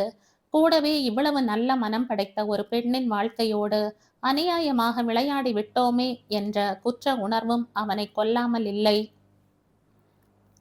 15 நாள் நிமிடமாக கடந்தது. இருவருக்கும் இடையில் நட்புணர்வு மட்டுமே இருந்ததால் எந்தவித சிரமமும் இன்றி பேசி சிரித்து பல விஷயங்களை பகிர்ந்து கொள்ள முடிந்தது. இயற்கை அழகை இருவரும் சேர்ந்து ரசித்தார்கள். நிறைய இடங்களுக்கு போனார்கள். நிறைய ஷாப்பிங் செய்தார்கள். மிக உயர்தரமான அழகிய ஷால் வாங்கி அவளுக்கு தன் பரிசாக அளித்தான் தினகர். நல்ல கூலிங் கிளாஸ் வாங்கி பதிலுக்கு அவள் பரிசளித்தாள். நீ யாரையாவது லவ் பண்ணியிருக்கையா பவித்ரா? ஊருக்கு புறப்படுவதற்கு முதல் நாள் கேட்டான் தினகர். பண்ணியிருந்தான். நான் ஏன் உங்களை கல்யாணம் பண்ணிக்க போறேன்? சிரித்தபடி சொன்னாள் அவள். இல்ல, என் நாட்டம் நீயும் ஒரு கட்டாயத்துக்கு கழுத்து நீட்டியிருக்கலாமே. எங்க வீட்டுல அந்த பிரச்சனையே இல்லை. எங்க அப்பாவும் அம்மாவும் காதலிச்சு கல்யாணம் பண்ணிக்கிட்டு இன்னி வரைக்கும் காதலிச்சுக்கிட்டு இருக்கிறவங்க. யாரையாவது நான் லவ் பண்ணி இருந்தா நிச்சயம் என் விருப்பத்துக்கு மதிப்பு கொடுத்திருப்பாங்க. ஆனா என்ன செய்ய, எனக்கு அதெல்லாம் யார் மேலையும் ஏற்படல. என் படிப்புண்டு, பொழுதுபோக்குகள் உண்டோன்னு இருந்துட்டேன். அப்பா உங்களை தேர்ந்தெடுத்து ஓகேவான்னு கேட்டார். உங்ககிட்ட ஒரு குறையும் தெரியல, ஓகேன்னுட்டேன். அப்பா மேல எனக்கு அவ்வளோ நம்பிக்கை. அவள் நிறுத்த அவன் வேதனையோடு பார்த்தான். எல்லாம் எங்க அப்பாவாலதான். எத்தனை பேருக்கு அவரால கஷ்டம் பார். சரியான வில்லன். அப்பா அம்மானா அப்படித்தான். எந்த அப்பா அம்மாவும் பசங்களுக்கு கெடுதல் நினைக்க மாட்டாங்க. கஷ்டப்பட்டு தான் சம்பாதிச்ச காசு மருமகன்ற பேர்ல ஊர் பேர் தெரியாத, காசோட அருமை தெரியாதவங்க கையில போயிடக்கூடாதுன்னு அவர் நினைச்சிருப்பார். நம்ம மனசுதான் நமக்கு நண்பன், வில்லன் எல்லாம். உன் மனசை நீ எல்லாத்துக்கும் தயார்படுத்திக்கிட்ட. உங்க அப்பா அம்மாவை எப்படி சமாளிப்ப பவித்ரா? எப்படியாவது சமாளிச்சுத்தான் ஆகணும். அதை பத்தி இப்ப என்ன, சமயம் வரும்போது யோசிப்போம். நாளைக்கு நாம புறப்படணும். எல்லாத்தையும் பேக் பண்ணணும். நீங்க ரெஸ்ட் எடுங்க, எனக்கு வேலை இருக்கு. அவள் எழுந்து போக அவன் அவளையே பார்த்தான். இந்த பெண்ணுக்கு மிக நல்ல கணவன் கிடைத்து இவள் நல்லபடியாக வாழ வேண்டும் என்ற அக்கறை அவனுள் ஏற்பட்டது. அப்பாவே கார் எடுத்துக்கொண்டு ஏர்போர்ட்டுக்கு வந்திருந்தார். மலர்ந்த முகத்தோடு இறங்கி வந்த மகனையும் மருமகளையும் பார்த்து உற்சாகமாக கையசைத்தார். அருகில் வந்ததும் மகனை அணைத்து கொண்டார். பவித்ராவின் தலையில் கை வைத்து ஆசிர்வதித்தார். என்னடா மாப்ள, ஹனிமூன் எப்படி இருந்தது? கண் சிமிட்டி கேட்டார். ஹனிமூனுக்கு நீயும் அம்மாவும் எல்லாம் போனீங்களாப்பா? நீ வேறடா, உங்க அப்பனை மாதிரி எங்க அப்பன் கோடீஸ்வரனா என்ன? மதுரையில கல்யாணம், பக்கத்துல கொடைக்கானல்ல சித்தப்பாவோட வீடு. அங்க போய் 2 நாள் இருந்து ஊர் சுத்தி பார்த்துட்டு வந்தோம். தம்மா தூண்டு வீட்டுல அவங்களே 6 பேர். அந்த அமர்க்களத்துல எங்களுக்கும் பிரைவசி பண்ணி கொடுத்தார் உங்க சின்ன தாத்தா. அதான் எங்க ஹனிமூன். உங்க அம்மாவை கூட்டிட்டு போக அப்ப பணம் இல்லை. இப்போ பணம் கொட்டி கிடக்கு, உலகம் முழுக்க போயிட்டு வரலாம். ஆனா உங்க அம்மா இல்லை. இதுதான் வாழ்க்கை. அவர் நிறுத்த காரில் சற்று நேரம் கனத்த அமைதி நிரம்பியது. அதை விடு, என் சாப்டர் ஓவர். உங்க ட்ரிப் எப்படி? இன்னும் 2 வாரம் அங்கேயே இருக்கணும்னு உங்க பிள்ளை ஒரே பிடிவாதம் அங்கிள். நான் தான் நீங்க தனியா இருப்பீங்கன்னு சொல்லி இழுத்துக்கிட்டு வந்தேன். பவித்ரா சொல்ல அவர் அப்படியா என்பது போல் பிள்ளையை திரும்பி பார்க்க அவன் அழகாக வெட்கப்பட்டான். அவன் ஆசைப்பட்டா இருந்துட்டு வர வேண்டியதாம்மா. இந்த கிழவனுக்கு என்ன பார்த்துக்க ஆளா இல்ல? அப்புறம் உங்க பிள்ளைக்கு சோம்பேறித்தனம் வந்துடும், ஆபீஸ் வேலையே மறந்துடும். இப்படி சொல்லிட்டில்ல, இரு இரு உன்னை கவனிச்சுக்கிறேன். ஆபீஸே கதின்னு கிடந்து வீட்டுக்கு வாங்க வாங்கன்னு உன்னை கதர் அடிக்கிறனா இல்லையா பார். மகனும் மருமகளும் பேசிக் கொண்டதை புன்னகையோடு கேட்டு கொண்டிருந்தார் அவர். பையன் மனம் மாறி தான் பார்த்து கட்டி வைத்த பெண்ணோடு மகிழ்ச்சியாய் இருப்பது அவருக்கு சந்தோஷத்தை தந்தது. அவர்கள் சிம்லாவில் இருந்த போதே அவர் 4-5 முறை போன் போட்டு அந்த வீட்டை கவனித்து கொண்டிருந்த லக்ஷ்மண் சிங்கிடம் அவர்களை பற்றி கேட்டுவிட்டார். எப்போதும் ஒரே சிரிப்புதான், சந்தோஷம்தான். ஜோடியாய் சிறகடித்து பறக்கிறார்கள் என்று அவன் சொன்னதும் மகிழ்ந்து போனார் அவர். மகன் இவ்வளவு சீக்கிரமே மனம் மாறியதில் அவருக்கு பெரும் நிம்மதி. பணம் என்கிற அஸ்திரம் மட்டும் இல்லாமல் இருந்தால் அவனை இழுத்து பிடித்திருக்க முடியுமா என்பது சந்தேகம்தான். அந்த வரை பணத்தை கொடுத்த கடவுளுக்கு நன்றி சொன்னார். வீடு வந்து சேர்ந்த சிறிது நேரத்திலேயே குளித்துவிட்டு அலுவலகம் கிளம்பி விட்டான் தினகர். என்னடா அவசரம், ஒரு நாள் ரெஸ்ட் எடு. எதுக்கோ சோம்பேறின்னு அவ கிண்டல் அடிக்கவா? மத்தியானம் சாப்பாட்டுக்கு வீட்டுக்கு வருவீங்களா இல்ல நான் கொண்டு வரவா? வழக்கமா வீட்டுக்குத்தான் வருவோம். உனக்கு ஆபீஸ்க்கு வரணும்னு ஆசையா இருந்தா வா. ஏன்? எனக்கு இன்னொரு ஆசை கூட உண்டு. என்ன? நீங்க வேட்டிய தார்பாய்ச்சி கட்டிக்கிட்டு வயக்காட்டுல வேலை செய்யணும். நான் கண்டாங்கி புடவை கட்டிக்கிட்டு சுட சுட புழுங்கல் அரிசி சோறும் மீன் குழம்பும் செய்து கூடையில வச்சு எடுத்துக்கிட்டு வந்து உங்க கையில பெரிய பெரிய உருண்டையா உருட்டி தரணும். எப்படி ஒரு ஆசை பாருப்பா அவளுக்கு. ஒரு நாள் நம்ம ஃபார்ம் ஹவுஸுக்கு இவனை கூட்டிட்டு போய் உன் ஆசையை நிறைவேற்றிக்கம்மா. அவர் சிரித்தபடி எழுந்து தானும் அலுவலகத்திற்கு கிளம்பினார். அவர் நம்பிவிட்டார். அவர்களுடைய பேச்சும் சிரிப்பும் நாடகம் என்ற சந்தேகம் அவருக்கு துளி கூட ஏற்படவில்லை. தான் அவனுக்கு கொடுத்த வாக்கை உடனடியாய் நிறைவேற்ற வேண்டும் என்று முடிவு செய்தார். சரியாய் 30வது நாளில் அவனுடைய பிறந்த நாள் வருகிறது. பிறந்த நாள் பரிசாக உயில் பத்திரத்தை அவன் கையில் கொடுத்து விட வேண்டியதுதான் என்று நினைத்தார். அடுத்த நிமிடம் என்ன நடக்கப் போகிறது என்று அறியாமல் தான் மனிதன் கணக்குகள் போடுகிறான். சில கணக்குகள் சரியாகின்றன, சில தவறி விடுகின்றன. அப்பாக்கு நம்ம மேல முழு நம்பிக்கை வந்திருக்குமா? இரவு அவளிடம் கேட்டான். வந்திருக்கும்னு தான் தோணுது. மத்தியானம் உங்களுக்கு சாப்பாடு கொடுத்துட்டு அவர் ரூமுக்கு போனோம் பாருங்க. அப்ப என்கிட்ட மனம் விட்டு பேசினாரு. என்ன பேசினாரு? ஆர்வத்தோடு கேட்டான் அவன். என் பிள்ளை உன்கிட்ட நல்லபடியா பழகுறானான்னு கேட்டார். அதுல என்ன சந்தேகம் அங்கிள்? தாய் இல்லாதவன் அம்மா அவன். தகப்பன் வளர்த்த குழந்தை. பெண்கள்னு பார்த்தா இந்த வீட்டுல ரம்யா மட்டும்தான். அவளும் 2 கெட்டான் வயசுல இருக்கிற பெண். அம்மான்னு ஒருத்தியோட அரவணைப்பும் கவனிப்பும் இல்லாததால இவனுக்கு பொறுமை நிதானம் இதெல்லாம் கொஞ்சம் கம்மிதான். சட்டு சட்டுன்னு கோபம் வரும். கஷ்டம்னா என்னன்னு தெரியாது. சொகுசா வளர்ந்தவன். கடைசி வரை அவன் எதுக்கும் கஷ்டப்படக்கூடாது. இதுதான் என் ஆசை. அவனை சந்தோஷமா வச்சுக்கிற பொறுப்பு இனி உன்னோடது. அவன் உனக்கு புருஷன் மட்டும் இல்லை, ஒரு பிள்ளையும் கூடன்னு நினைச்சு அவனை கவனிச்சுக்கணும். அதே மாதிரி ரம்யாக்கும் இனி நீதான் அண்ணி அம்மா எல்லாம். ஒரு நல்ல பெண் இந்த வீட்டுக்கு மருமகளா வரணும்னு நான் ரொம்ப பிரயத்தனப்பட்டு உன்னை கூட்டிட்டு வந்திருக்கேன். என் பிரயத்தனம் வீண் போகல. நான் நினைச்சதை விட பல மடங்கு நல்ல மருமகளா இருக்க நீ. என் பிள்ளையும் உன்கிட்ட அன்பா இருக்கான். என் பெண்ணுக்கு உன்னை ரொம்ப பிடிச்சு போச்சு. இனி எனக்கு என்ன கவலை சொல்லு. எல்லாத்தையும் நீ நல்லபடி பார்த்துப்ப. ஆஃபீஸ் வேலையும் அவனுக்கு இன்னும் நல்லா சொல்லி கொடுத்துட்டு எல்லாத்தையும் உங்கிட்டையும் அவங்கிட்டையும் ஒப்படைச்சிட்டு இந்த ஓட்டம் டென்ஷன் கவலை பொறுப்பு எல்லாத்துல இருந்தும் நான் ரிட்டையர்மெண்ட் வாங்கிட்டு நிம்மதியா உட்கார்ந்துடணும். பேர குழந்தையோட விளையாடணும். தப்பு தப்பா அதுக்கு கணக்கு சொல்லி கொடுக்கணும். அவங்க டீச்சர் அவனை திட்டணும். அந்த திட்டு எனக்கு வந்து சேரணும். இப்படி நிறைய ஆசை எனக்குள்ள இருக்கு. உங்க அப்பா பேச பேச எனக்கு ரொம்ப பரிதாபமா இருந்தது. அவரை ஏமாத்துறோமேங்கிற உறுத்தல் ஏற்பட்டது.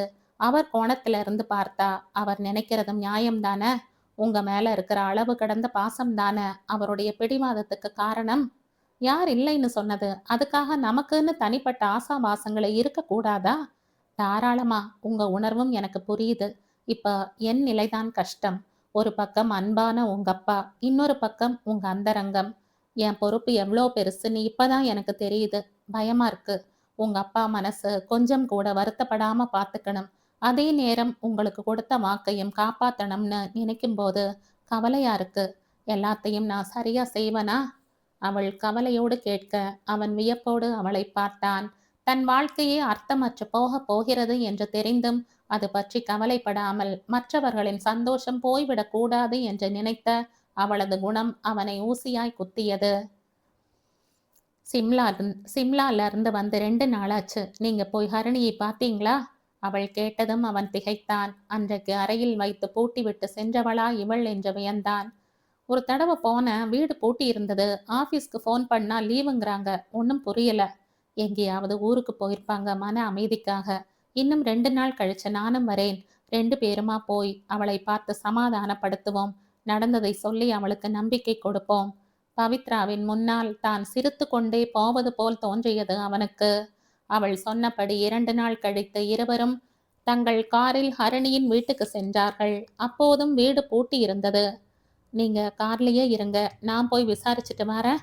பவித்ரா கீழே இறங்கி சென்றாள். 10 நிமிடம் கழித்து வெளியில் வந்தவள் முகம் வெளிரி போயிருந்தது. அவனிடம் எதுவும் சொல்லாமல் காரில் ஏறி அமர்ந்தாள். என்னாச்சு பவித்ரா? அவன் பதட்டத்தோடு கேட்டான். அந்த பொண்ணு சொன்னதை செய்துட்டா. என்ன சொல்ற? விஷத்தை குடிச்சிட்டு சீரியஸான நிலையில ஆஸ்பத்திரிக்கு எடுத்துட்டு போனாங்களாம். இன்னமும் ஆஸ்பத்திரியில தான் இருக்காளாம். கடவுளே, உயிர் கொண்டும் ஆபத்தில்லையே. தெரியாதாம். அந்த பொண்ணு செஞ்ச காரியம் இவங்களுக்கெல்லாம் பிடிக்கலன்னு தெரியுது. வேற ஏதாவது உடம்புன்னா ஓடி போய் உதவலாம். இதுக்கெல்லாம் போய் நின்னு போலீஸ் என்கொயரின்னு வம்புல மாட்டிக்க முடியுமான்னு யாருமே ஆஸ்பத்திரி பக்கமே போகலையாம். எந்த ஆஸ்பத்திரின்னு கேட்டையா? சொன்னாங்க. சரி ஏறு, அங்கேயே போயிடுவோம். அவன் காரை அந்த ஆஸ்பத்திரி நோக்கி செலுத்தினான். ஹரிணி வயது 20, டிஸ்சார்ஜ் ஆகி 3 நாள் ஆகுதே. ரிசப்ஷனிஸ்ட் சொல்ல இருவரும் ஒருவரை ஒருவர் பார்த்து கொண்டார்கள். டிஸ்சார்ஜ் ஆகி 3 நாள் ஆகியும் வீடு திரும்பவில்லை என்றால் அம்மாவும் பெண்ணும் எங்குதான் போனார்கள்? அவங்க அம்மா வேலை செய்யற ஸ்கூல் தெரியுமா? தெரியாதே. இப்ப என்ன செய்ய? ஒன்னும் புரியல. ஒரே ஒரு விஷயம் நிம்மதியா இருக்கு. ஹரிணி பழிச்சிட்டா, அது போதும். எப்படியும் அவங்க அந்த வீட்டுக்கு வந்துதானே ஆகணும். நீங்க தினமும் ஒரு முறை போய் பாருங்க. எப்படியும் அவங்களை பார்த்துடலாம். கவலைப்படாதீங்க. சரியா? அவனது கண்கள் கலங்கியது. உதடு கடித்த துக்கத்தை விழுங்கினான். தனது தப்பான தீர்மானத்தால் எத்தனை பேருக்கு எவ்வளவு விதமான கஷ்டங்கள். இவ்வளவு கோழையா ஹரிணி? அல்லது வீம்புக்கு செய்தாளா? வாங்க போகலாம். அவள் நடந்தாள். வீட்டில் இன்னொரு அதிர்ச்சி காத்திருந்தது அவர்களுக்கு. அடுப்பில் பால் காய்ந்து கொண்டிருந்தது. இன்னும் சில நொடிகளில் பொங்கிவிடும்.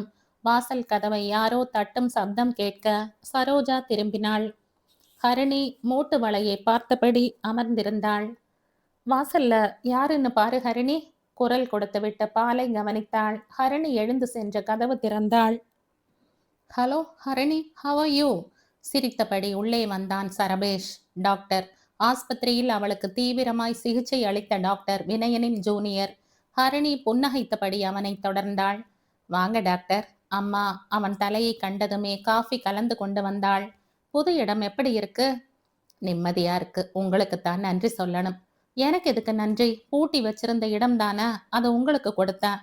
அதுவும் சும்மாவா கொடுத்தேன்? வாடகைக்கு தானே. இருந்தாலும் அது கூட யார் தராங்க சொல்லுங்க? இவ்வளோ வசதியோட தண்ணி கஷ்டமும் இல்லாத இடத்தை வெறும் 1000 ரூபாய்க்கு தந்திருக்கீங்களே, எவ்வளோ பெரிய உதவி இது. அதை விடுங்க. உங்க பெண் என்னவோ பேசவே மாட்டேங்கிறாங்க. ஆஸ்பத்திரியில தான் எதுவுமே பேசல. வீட்லயாவது பேசுவாங்கன்னு பார்த்தா ஒரு சின்ன சப்தம் கூட இல்ல. ஒரு வேளை நான் வந்தது பிடிக்கலையா? ஐயையோ, அப்படியெல்லாம் இல்ல. அவ கொஞ்சம் ரிசர்வ்டு டைப் தான். பழக நாள் ஆகுமே தவிர பழகினா விடமாட்டா. அதுவும் தவிர இப்ப அவ மனம் இருக்கிற நிலையில எங்கிட்டயே அதிகம் பேசுறதில்ல. சரபேஷ் ஹரணியை திரும்பி பார்த்தான். இன்னும் எவ்வளவு நாள் இப்படி அப்செட் ஆகி உட்கார்ந்திருக்க போறீங்க ஹரணி? யார் சொன்னா அப்செட்டுன்னு? அதெல்லாம் ஒண்ணும் இல்ல. அடே அப்பா, பேசிட்டாங்கப்பா. கேக் வெட்டி கொண்டாட வேண்டியதுதான். அப்புறம் எப்ப ஆபீஸ் ஜாயின் பண்ண போறீங்க? அந்த வேலையை விட்டுடலாம்னு இருக்க. வேற வேலைக்கு முயற்சி பண்ணணும். ஏன் ஏன் ஹரணி? என்னமோ பிடிக்கல. காதல் தோல்விங்கிறது ஒரு சின்ன பிரச்சனை ஹரணி. இதுக்காக யாராவது வாழ்க்கையை கேள்விக்குறி ஆக்கிப்பாங்களா? உங்க அட்வைஸுக்கு ரொம்ப நன்றி டாக்டர். இதுக்கு மேல இதை பத்தி பேசுறதா இருந்தா நான் எழுந்து போயிடுவேன். ஏய் ஹரணி, என்ன இது எடுத்தெறிஞ்சு பேசுற? விடுங்க ஆன்ட்டி. அவங்க மனநிலை புரிஞ்சுக்காம நான் அட்வைஸ் பண்ணது தப்புதான். ஓகே ஹரணி, நான் இங்க வர்றது உனக்கு பிடிக்கலன்னா இனி நான் வரல. ஆனா நீ எனக்கு ஒரே ஒரு ப்ராமிஸ் பண்ணணும், முடியுமா?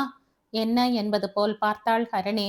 நானும் எங்க சீப்பும் ரொம்ப கஷ்டப்பட்டு நானும் எங்க சீஃபும் ரொம்ப கஷ்டப்பட்டு உங்க உயிரை காப்பாத்தி இருக்கோம். மனுஷன் பிரம்ம பிரயத்தனம் பண்ணாலும் செத்து போன ஒருத்தனுக்கு உயிர் கொடுக்க முடியாது. உயிருங்கிறது கடவுள் சம்பந்தப்பட்ட விஷயம். நம்மால ஆக்க முடியாது. உன்னை அழிக்கிறதுக்கும் நமக்கு அருகதையோ உரிமையோ கிடையாது. இயற்கையாகவோ விபத்துனாலேயோ சாகிறவங்க கூட தான் செத்தப்புறம் தான் உடம்புல இருந்து என்னென்னமோ உறுப்புகளை தானமா தந்து தன் மரணத்தை கூட அர்த்தமுள்ளதா ஆக்கிக்கிற காலம் இது. ஆனா நீங்க கேவலம் ஒரு ஆள் உங்களை கட்டிக்காம ஏமாத்திட்டாங்கிற அல்ப காரணத்துக்காக விலை மதிப்பில்லாத உங்க உசிரை அழிச்சுக்க தீர்மானிச்சது மன்னிக்க முடியாத குத்தம். இந்த 15 நாளும் நாங்களும் உங்க அம்மாவும் பட்ட அவஸ்தை உங்களுக்கு தெரியாது. ஒரு பக்கம் நீங்க போராடிக்கிட்டு இருக்கீங்க, இன்னொரு பக்கம் பணம் தண்ணியா கரையுது. இதுக்கு நடுவுல போலீஸ் என்கொயரி வேற. எவ்வளோ கஷ்டம். ஃபுட் பாய்சன்னு நாங்க ஒரு வார்த்தை சொல்லாம இருந்திருந்தா இந்நேரம் தற்கொலை முயற்சின்னு போலீஸ் உங்க மேல கேஸ் போட்டிருக்கும். ஊர் முழுக்க உங்களை பத்தின நியூஸ் படிச்சு சிரிக்கும். உயர்ந்த நோக்கங்களுக்காக உசுறு விடுங்க ஹரிணி. உங்க மரணத்தை சரித்திரம் தன் பக்கங்கள்ல பதிச்சு வச்சு பாராட்டும். காதல்ங்கிறது நம் வாழ்க்கையோட ஒரு சின்ன பகுதி. அதுக்கு போய் உசரை விட்டா உலகம் உங்களை பார்த்து காரி துப்பும். உங்க மரணத்துக்காக யாரும் சொட்டு கண்ணீர் கூட விடமாட்டாங்க. உங்க படிப்பும் பகுத்தறிவும் உங்களுக்கு இதான் சொல்லி கொடுத்ததா? இதெல்லாம் அசிங்கமா தெரியல? உங்களுக்கு இனிமே இந்த கேவலத்தை செய்ய மாட்டேன்னு ப்ராமிஸ் பண்ணுங்க. இனிமே நான் இங்க வரமாட்டேன். வாடகை வாங்க கூட. ஹரணி உதட்டை கடித்து கொண்டாள். பளார் பளார் என்று அறை வாங்கினார் போல் இருந்தது. சாகனம்னு சத்தியமா ஐடியா இல்ல டாக்டர். பின்ன ஏன் ஹரணி? உடனே அவர் பதறி அடிச்சுக்கிட்டு ஓடி வரணும்னு நினைச்சு விளையாட்டா தான் விஷத்தை குடிச்சேன். குடிச்சிட்டு ஃபோன் பண்ணா அவர் உடனே வந்து அள்ளி எடுத்துக்கிட்டு போய் காப்பாத்தி கல்யாணமும் செய்து பார்ன்னு நினைச்சேன். என் மேல அவருக்கு எவ்வளோ அன்பு இருக்குன்னு தெரிஞ்சுக்கவும் விரும்பினேன். ஆனா ஃபோன் பண்ண ஒவ்வொரு தரமும் அவருடைய புது மனைவிதான் பேசினா. விஷம் குடிக்க போறேன்னு நான் மிரட்டினேன். தாராளமா குடிச்சிட்டு சாவு, நாங்க இன்னும் சந்தோஷமா இருப்போம்னு திமிரா சொன்னா. எனக்கு தாங்கல. மறுநாள் விஷத்தை குடிச்சிட்டு நேரா அவரோட வீட்டுக்கு போனேன். அவர் ஹனிமூன் கிளம்பி போயிட்டார்னு வாட்ச்மேன் சொன்னதும் நொறுங்கி போயிட்டேன். அவசரப்பட்டு விஷத்தை குடிச்சிட்டேங்கிற பயம் ஏற்பட்டது. உடனே அம்மாவுக்கு ஃபோன் பண்ணி விஷயத்தை சொல்லி அழுதேன். அவங்க என்ன ஆஸ்பத்திரியில சேர்க்கறதுக்குள்ள என் உடம்பு ரொம்ப மோசமாயிடுச்சு. விளையாட்டு விபரீதம் ஆயிடுச்சுன்னு அப்புறம்தான் எனக்கே புரிஞ்சது. வாழ்க்கையை சினிமான்னு நினைச்சிட்ட ஹரணி, அங்கதான் இந்த மாதிரி ஓடி வர்றது, அள்ளி அணைச்சுக்கிட்டு தூக்கிட்டு போறதெல்லாம் ஸ்லோ மோஷன்ல பரபரப்பா காட்டுவாங்க. நிஜம் வேற. ஹரணி, நாம தீர்மானிக்கிற எல்லாத்தையும் மேல இருக்கிறவன் மாத்திடுவான். காதலை விட உயர்வான விஷயங்கள்ல உன் கவனத்தை திருப்பிப்பார். சரபேஷ் எழுந்தான். நான் வரேன் என்றபடி கிளம்பினான். ஒரு நிமிஷம் டாக்டர். வாசல் வரை சென்றவன் அவள் அழைத்ததும் நின்று திரும்பினான். எஸ் ஹரணி. தயவு செய்து நேரம் கிடைக்கும்போது வீட்டுக்கு வாங்க. அட்லீஸ்ட் வாடகை வாங்கவாவது. அவன் பக் என்று சிரித்தான். வர, நாளைக்கு முதல்ல பழைய வேலையில ஜாயின் பண்ணுங்க. பெட்டர் ஜாப் கிடைச்சதும் விட்டுடுங்க, சரியா? அவள் தலையசைத்தாள். அவன் தன் குட்டி மாருதியில் ஏறி சென்றான். நல்ல மனுஷன். அம்மா உள்ளே வந்து சொன்னாள். ஆஸ்பத்திரியில உன்னை காப்பாத்த அந்த பாடுபட்டிருக்கார். இவர் இல்லைன்னா போலீஸ் நம்மளை ரொம்ப குடைஞ்சிருப்பாங்க. போலீஸ்க்கு யார் சொன்னது? ரோட்ல இல்ல நீ மயங்கி விழுந்த. அப்பவே ஒரு போலீஸ்காரர் வந்து விசாரிச்சதும் பயத்துல நான் தான் உளறிட்டேன். ஆனா நான் சந்தேகமா சொன்னதுனால டாக்டர் அதை மறுத்து சொன்னதும் நம்பிட்டாங்க. உன்னை ரொம்ப அழ வச்சிட்டேன் இல்லையாம்மா? இனிமேயாவது நீ புது ஹரிணி ஆகணும். நீ நல்லபடி வாழ்ந்தா எனக்கு எல்லாமே பறந்துடும். நீ வேணா பாரேன், இனி நான் புது ஹரிணிதான். ஹரிணி அம்மாவின் கழுத்தை கட்டி கொண்டாள். சொன்னார் போல் 20 நாள் கழித்து வாடகை வாங்கத்தான் பிறகு வந்தான் டாக்டர் சரபேஷ். ஹரணி முகம் மலர ஓடி சென்று அவனை வரவேற்றாள். முன்பை விட தெளிவாகவும் பளிச்சென்றும் இருந்த அவள் தோற்றத்தைக் கண்டு ஒரு டாக்டர் என்ற முறையில் மிகவும் சந்தோஷம் அடைந்தான் சரபேஷ். எப்படி இருக்கீங்க ஹரணி? உங்ககிட்ட நிறைய விஷயம் பேசணும், உள்ள வாங்க. அம்மா இல்ல, மார்க்கெட் வரைக்கும் போயிருக்காங்க. இப்ப வந்துடுவாங்க, உட்காருங்க. என்ன தரட்டும் சாப்பிட? ஒரு பீஸ் வெஜிடபிள் பீஸா, ஒரு பாட்டில் கோக். அவள் சிரித்தாள். விளையாடுறீங்க, எங்க வீட்டுல இருக்கிறதா கேளுங்க. உங்க வீட்டுல என்ன இருக்குன்னு எனக்கு எப்படி தெரியும்? Coffee? No. Tea? No please. இது ரெண்ட தவிர தண்ணி தான் இருக்கு, தரட்டுமா? With pleasure. அவள் உள்ளே போய் தண்ணீர் பாட்டில் கொண்டு வந்து அவன் முன் வைத்தாள். அப்புறம் ஆளை மாறி போயிருக்கீங்க. முகம் பிரைட்டா சந்தோஷமா இருக்கு. என்ன விஷயம்? ஆமா டாக்டர், மாறித்தான் போயிட்ட. மாத்தினது நீங்க தான்.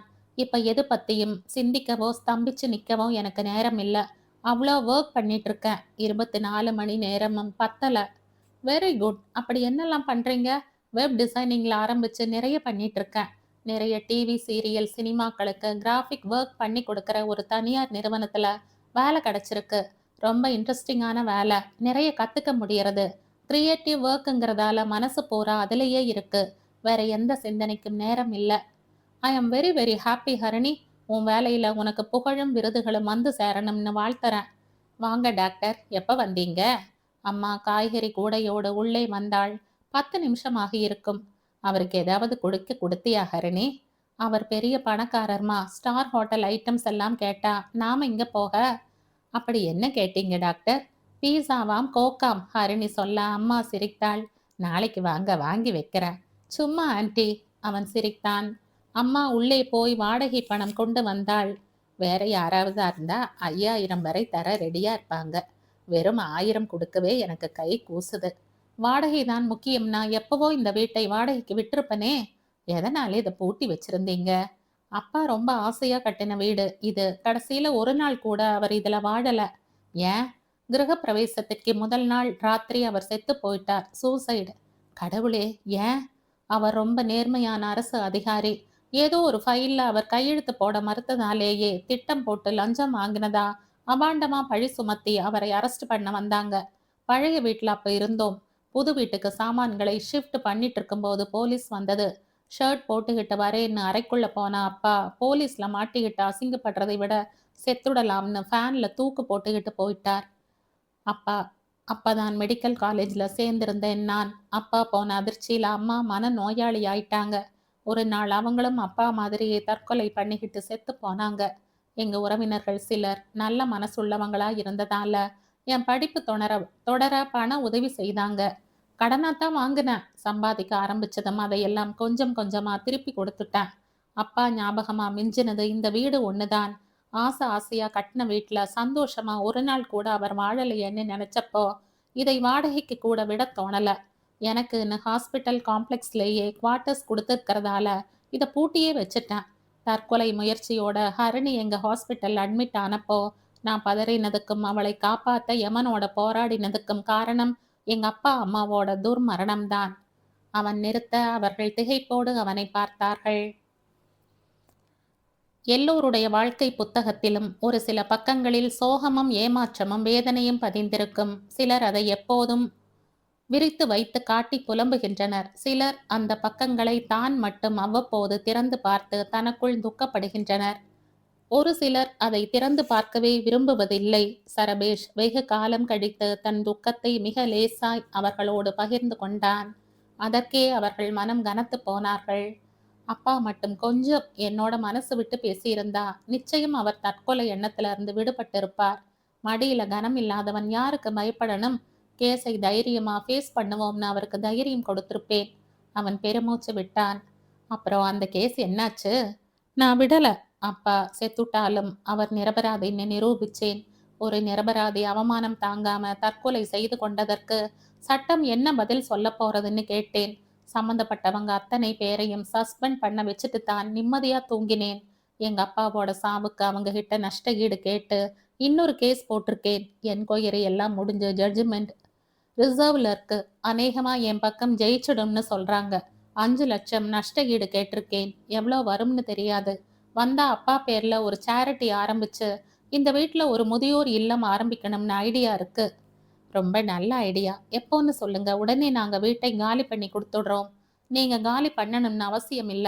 அதுக்கு கொஞ்ச நாள் ஆகும். நீங்க விருப்பப்பட்டா நீங்களே கூட அந்த முதியோர் இல்லத்தோட நிர்வாகியா பொறுப்பேத்துக்கலாம். சமூக சேவைக்கு நிகரான திருப்தி வேற எதுவும் தராது. உங்களுக்கு நிச்சயம் பிடிக்கும். என்ன டாக்டர் இப்படி கேக்குறீங்க? இது மாதிரி பொறுப்பு கிடைக்கவும் கொஞ்சம் புண்ணியம் பண்ணி இருக்கணுமே. ஹரணியை கட்டி கொடுத்துட்ட.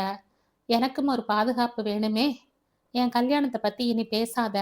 ஏன் ஹரிணி, கல்யாணத்தை ஏன் வெறுக்கிறீங்க? அது நல்ல விஷயம் தானே. அது இல்லாம ஒரு பெண் வாழ முடியாதா என்ன? கல்யாணம் பண்ணிக்கிட்டு ஒரு பெண்ணால சமூகத்துல சாதனைகள் செய்து ஜொலிக்க முடியாதா என்ன? இப்ப எதுக்கு அந்த பேச்சு? நீங்க எதுக்கு இப்படி பதறீங்க? எனக்கு பிடிக்கல. அப்போ நீங்க எதையும் மறக்க தயாரா இல்லைன்னு தானே அர்த்தம்? நோ, நான் எல்லாத்தையும் மறந்தாச்சு. அப்புறம் எதுக்கு கல்யாணம்ங்கிற வார்த்தையை கேட்டு பயந்து ஒதுங்குறீங்க? அவள் பதில் சொல்லவில்லை. பிறகு, அதை விடுங்க டாக்டர். நீங்க எப்போ கல்யாணம் பண்ணிக்க போறீங்க? அதை பத்தி சொல்லுங்க. பேச்ச மாத்துறீங்க. நீங்க ஏன் தப்பிக்கிறீங்க? யார் சொன்னது? அப்ப சொல்லுங்க. எப்போ உங்க கல்யாணம்? பொண்ணு கிடைச்சதும். பொண்ணு தொப்புன்னு வந்து குதிப்பாளா? நீங்க அதுக்கு என்ன முயற்சி பண்ணிக்கிட்டு இருக்கீங்க? இது வரைக்கும் 3 முறை மேட்ரிமோனியல்ல விளம்பரம் கொடுத்துருக்கேன். 100, 120 அப்ளிகேஷன் வந்தது. ஒன்னும் மனசுக்கு பிடிக்கல. ஒண்ணு கூடவா தேரல? சரி, எந்த மாதிரி பொண்ணு வேணும்னு சொல்லுங்க. வெப் டிசைனிங், கிராஃபிக்ஸ், இதோட கல்யாண புரோக்கர் வேலையும் பார்க்குறீங்களா என்ன? தப்பொன்னும் இல்லையே, நல்ல காரியம் தானே.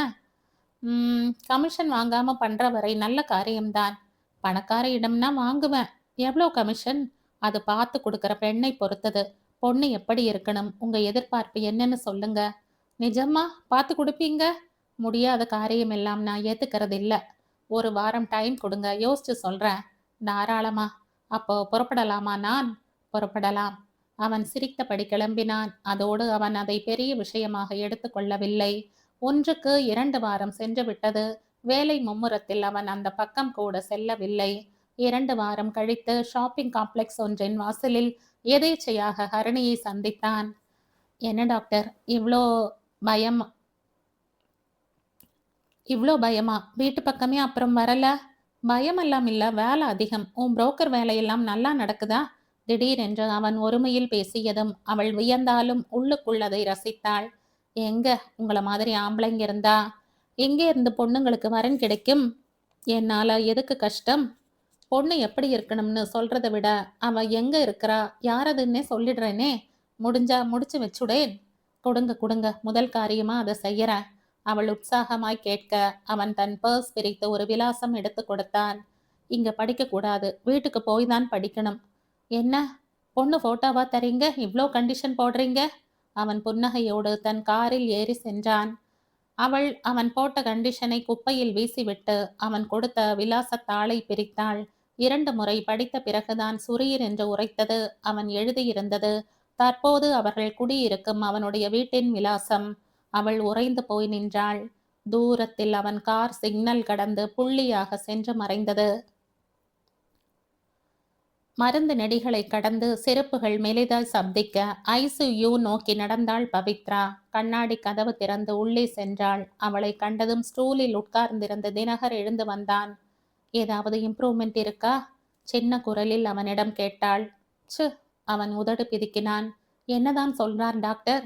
He is in coma. அவங்களால ஆன எல்லா முயற்சியும் செஞ்சாச்சு. அப்பா பிழைக்கிறது கஷ்டம்ங்கிறாங்க. அவள் வேதனையோடு மாமனாரை பார்த்தாள். எவ்வித பிரக்ஞையும் இன்றி படுத்திருந்தார் அவர். ஏதேதோ ட்ரிப்ஸ்கள் இறங்கிக் கொண்டிருந்தது. திடுதிப்பென்று இப்படியாகும் என்று யாரும் நினைக்கவில்லை. உயர் இரத்த அழுத்தத்தில் மூளையில் இரத்த குழாய் வெடித்து இரத்தம் உறைந்திருப்பதாக சொன்னார்கள். இடது பக்கம் முழுக்க பாதிக்கப்பட்டிருந்தது. ஆஸ்பத்திரிக்கு கொண்டு வரும்போதே நிலைமை சீரியஸாக இருந்தது. டாக்டர்கள் உயிரை கொடுத்து போராடியும் எந்தவித முன்னேற்றமும் இல்லை. உடம்பின் ஒவ்வொரு உறுப்பாக பாதிக்கப்பட்டு கொண்டு வந்தது. சிறுநீரகமும் நுரையீரலும் சரிவர செயல்படவில்லை என்றார்கள். பவித்ரா வெளியில் வந்தாள். ரம்யாக்கு ஃபோன் பண்ணி சொல்லிட்டீங்களா? அவனிடம் கேட்டாள். அவளுக்கு பரீட்சை நேரமாச்சே, அதுக்காக பரீட்சை போனா போகுது. அப்பாவை பார்க்க வேண்டாமா அவ? வாங்க, இங்கேருந்தே பேசிடலாம். அவனை அழைத்து கொண்டு ரிசப்ஷன் சென்றாள். கொடைக்கானல் பள்ளிக்கு ஃபோன் செய்து ஒரு வழியாய் ரம்யாவை பிடித்த தகவல் சொன்னாள். நம்ம கெஸ்ட் ஹவுஸ் கார்ல கிளம்பி வந்துடு ரம்யா, நான் டிரைவர் கிட்ட சொல்லிட்டேன். ஃபோனை வைத்தாள். நீங்க சாப்பிடலையா? இட்லி கொண்டு வந்திருக்கேன். ச்சு, பசி இல்ல. அவன் சேர் ஒன்றில் வாடி போய் அமர்ந்தான். உங்க அட்வொகேட் வரார் பாருங்க. பவித்ரா சொன்னதும் நிமிர்ந்தான். என்னாச்சு தினகர் அப்பாக்கு? கவலையோடு கேட்டார் அவர். High BP, brain hemorrhage, coma stage, கஷ்டம்ங்கிறார் டாக்டர். 1 வாரமோ 1 மாசமோ 1 வருஷமோ கடவுளுக்குத்தான் கணக்கு தெரியுங்கிறாங்க. நர்ஸ் ஒருத்தி ஓடி வந்தாள். மிஸ்டர் தினகர் நீங்க தானே? எஸ், உங்க அப்பா போயிட்டார். டாக்டர் உடனே உங்களை கூப்பிட்டார். கேட்ட நிமிடம் இருவரும் மூச்சிறைக்க ஓடினார்கள். எல்லா டியூபும் எடுக்கப்பட்டு முகம் மூடப்பட்டிருந்தது. I'm sorry mister Dinakar. Doctor அவன் கரம் பற்றி அழுத்திவிட்டு நகர்ந்து சென்றார். தினகர் சின்ன குழந்தை மாதிரி முகம் பொத்தி அழுதான். பவித்ரா கண்கள் கலங்க வெளியில் வந்து அமர்ந்தாள். நல்ல மனிதர். போன வாரம் வரை ரொம்ப உற்சாகமாய் இருந்தார். நீங்க 2 பேரும் சந்தோஷமா இருக்கீங்கிற சந்தோஷத்திலேயே எல்லா பேப்பர்ஸ்லையும் கையெழுத்து போட்டுட்டு அந்த சந்தோஷத்தோடையே போயிட்டார். பவித்ரா சட்டென்று நிமிர்ந்து அவரை பார்த்தார். என்ன சொல்றீங்க? இன்னும் 2 நாள்ல தினகரோட பிறந்த நாள் அன்னைக்கு சொத்துக்களை அவன் பேருக்கு மாத்தி எழுதின உயில் பத்திரத்தை உங்க 2 பேரோட திருமண பரிசா தரணும்னு ரெடி பண்ணி வச்சிருந்தார். அது வரைக்கும் நான் உயிரோட இருக்க மாட்டோம்னு கனவுல கூட நினைச்சிருக்க மாட்டார். இதான் வாழ்க்கை. அடுத்த நிமிஷம் யாருக்கு என்ன ஆகும்னு தெரியாம வாழ்ந்துகிட்டு இருக்கோம். ஆக தினகர் நினைத்தது நடந்து விட்டது. இனி தனக்கு இங்கு என்ன வேலை? யோசித்தாள் அவள். மாமனாரின் சடலம் வீட்டுக்கு வந்து சேரும்போது அவளும் ஒரு முடிவுக்கு வந்திருந்தாள். மாமனாரின் காரியங்கள் முடியும் வரை அமைதி காத்தாள். ரம்யாவை தேற்றி ஊருக்கு அனுப்பி வைத்தாள். கடைசி நாள் காரியம் முடிந்ததும் சட்டப்படி உயிலை அவனிடம் கொடுத்து இனி அவன்தான் அனைத்து பொறுப்புகளையும் ஏற்கப் போகிறவன் என்பதையும் அறிவித்துவிட்டு தன் கடமையை செய்துவிட்டு போனார் வக்கீல். அதற்கடுத்த நாள் பவித்ராவும் தன் உடைமைகளோடு கிளம்ப தினகர் திகைப்போடு அவளை பார்த்தான். நீ எங்க போற பவித்ரா? இனிமே நான் எதுக்கு இங்க இருக்கணும்? உங்க பிரச்சனை தான் தீர்ந்தாச்சே. சொத்துக்கள் முழுக்க உங்க கைக்கு வந்தாச்சு. கொஞ்சம் முயற்சி செய்தா ஹரணியையும் கண்டுபிடிச்சிடலாம். அதுக்கு முன்னால நாம டைவர்ஸ்க்கு அப்ளை பண்றது தானே முறை. உங்க கல்யாணம் நடக்கும்போது எந்த பிரச்சனையும் ஏற்படக்கூடாதுன்னு நினைக்கிறேன் நான். உங்க அப்பா அம்மா கிட்ட என்ன சொல்வ பவித்ரா? எங்க அப்பா எதையும் புரிஞ்சுக்க கூடியவர். நடக்கிற எல்லாம் நன்மைக்கேன்னு நினைக்கிற பக்குவம் அவருக்கு உண்டு. நான் போனதும் டாக்குமெண்ட் அனுப்பி வைங்க, கையெழுத்து போட்டு அனுப்பி வைக்கிறேன். பரஸ்பர சம்மதத்துல பிரியறதுனால விவாகரத்து கிடைக்கிறதுல பிரச்சனை ஏதும் இருக்காதுன்னு நினைக்கிறேன். அவள் கிளம்ப அவன் வெறுமையாக பார்த்து கொண்டு நின்றான். அதற்கடுத்து 1 மாதம் ஃபேக்டரி, ஆபீஸ் என்ற எல்லா இடத்திலும் பொறுப்பேற்று கோப்புகள் பார்த்து மீட்டிங்கில் கலந்து கொண்டு என்று ஏக நெருக்கடியாக சென்றது நாட்கள். இவ்வளவு கடினமாக அப்பா உழைத்திருக்கிறார் என்று வியந்தான். அவரை பார்த்தால் சாதாரணமாகத்தான் இருப்பார். அதே வேலைகளை இப்போது தான் ஏற்று செய்யும் போதுதான் அதன் சுமையும் கடினமும் அவரது அசுர உழைப்பும் புரிந்தது. இப்படி உழைத்து சேர்த்த பணம் என்பதால் தான் முன்பின் தெரியாத பெண் இங்கு வரக்கூடாது என்று அவ்வளவு பிடிவாதம் பிடித்தாரா? தவறு தன்னிடம்தான் என்று தோன்றியது அவனுக்கு. ஹரணியை அவருக்கு அறிமுகப்படுத்தி இருந்தால் அவளோடு பேசி அவளும் நல்ல பெண்தான் என்று நம்பியிருப்பார். யார் மூலமோ அவனது காதல் அவர் காதுக்கு சென்றதனால்தான் இவ்வளவு கோபமும் பிடிவாதமும். அவனே அதை சொல்லி ஹரணியை அவருக்கு காட்டியிருந்தால் நிச்சயம் இந்த அளவுக்கு ஆகியிருக்காது என்று தோன்றியது. அவன் பெருமூச்சு விட்டான். எல்லாம் முடிந்த பின் யோசித்து என்ன பயன்? இனி ஆக வேண்டியதை பார்க்க வேண்டும். ஹரணியை முதலில் கண்டுபிடிக்க வேண்டும். அவன் அடுத்த நாள் ஹரணியின் பழைய வீட்டு பக்கம் சென்றான். அந்த வீட்டில் வேறு யாரோ குடிவந்து விட்டது புரிய அவன் காரில் இருந்து இறங்காமலே அங்கிருந்து கிளம்பினான். ஒருவேளை அவள் பழைய அலுவலகத்திலேயே மறுபடியும் பணியில் சேர்ந்திருந்தால்? இப்படி தோன்ற தன் பாக்கெட் டைரி எடுத்து அந்த நம்பரை கண்டுபிடித்து தன் செல்போனில் அந்த எண்களை அழுத்தினான். ஹரணியை பற்றி விசாரித்தான். அவங்க வேலையை விட்டுட்டாங்களே, வேற எங்க வேலைக்கு சேர்ந்திருக்காங்க? அல்லது அவங்க ரெசிடென்ஸ் அட்ரஸ் ஏதாவது தெரியுமா? நீங்க யார் சார்? அவங்க உறவுக்காரன், அப்ராட்ல இருந்து நேத்து தான் வந்தேன். பழைய அட்ரஸ் தான் என்கிட்ட இருந்தது, ஆனா அவங்க அங்க இல்ல. ஹரணி என் ஃப்ரெண்டு தான், அவ வீட்டு அட்ரஸ் எனக்கு தெரியும், நோட் பண்ணிக்கோங்க. அவள் அட்ரஸ் சொல்ல அவன் மகிழ்ச்சியோடு குறித்து கொண்டான். நன்றி சொல்லி செல்லை அணைத்தான். இவ்வளவு சீக்கிரம் அவளை கண்டுபிடிப்போம் என அவன் நினைக்கவில்லை. வருகிறேன் ஹரணி, என்னை விட்டு விட்டு எவ்வளவு தூரம் சென்று விடுவாய் நீ? தோ வருகிறேன், உன்னை திக்கு முக்காட வைக்கப் போகிறேன். உன்னை அள்ளி போட்டுக்கொண்டு என் மாளிகைக்கு செல்வேன். என் விவாகரத்து கிடைத்த அடுத்த முகூர்த்தத்தில் நம் திருமணம் நடக்கும்.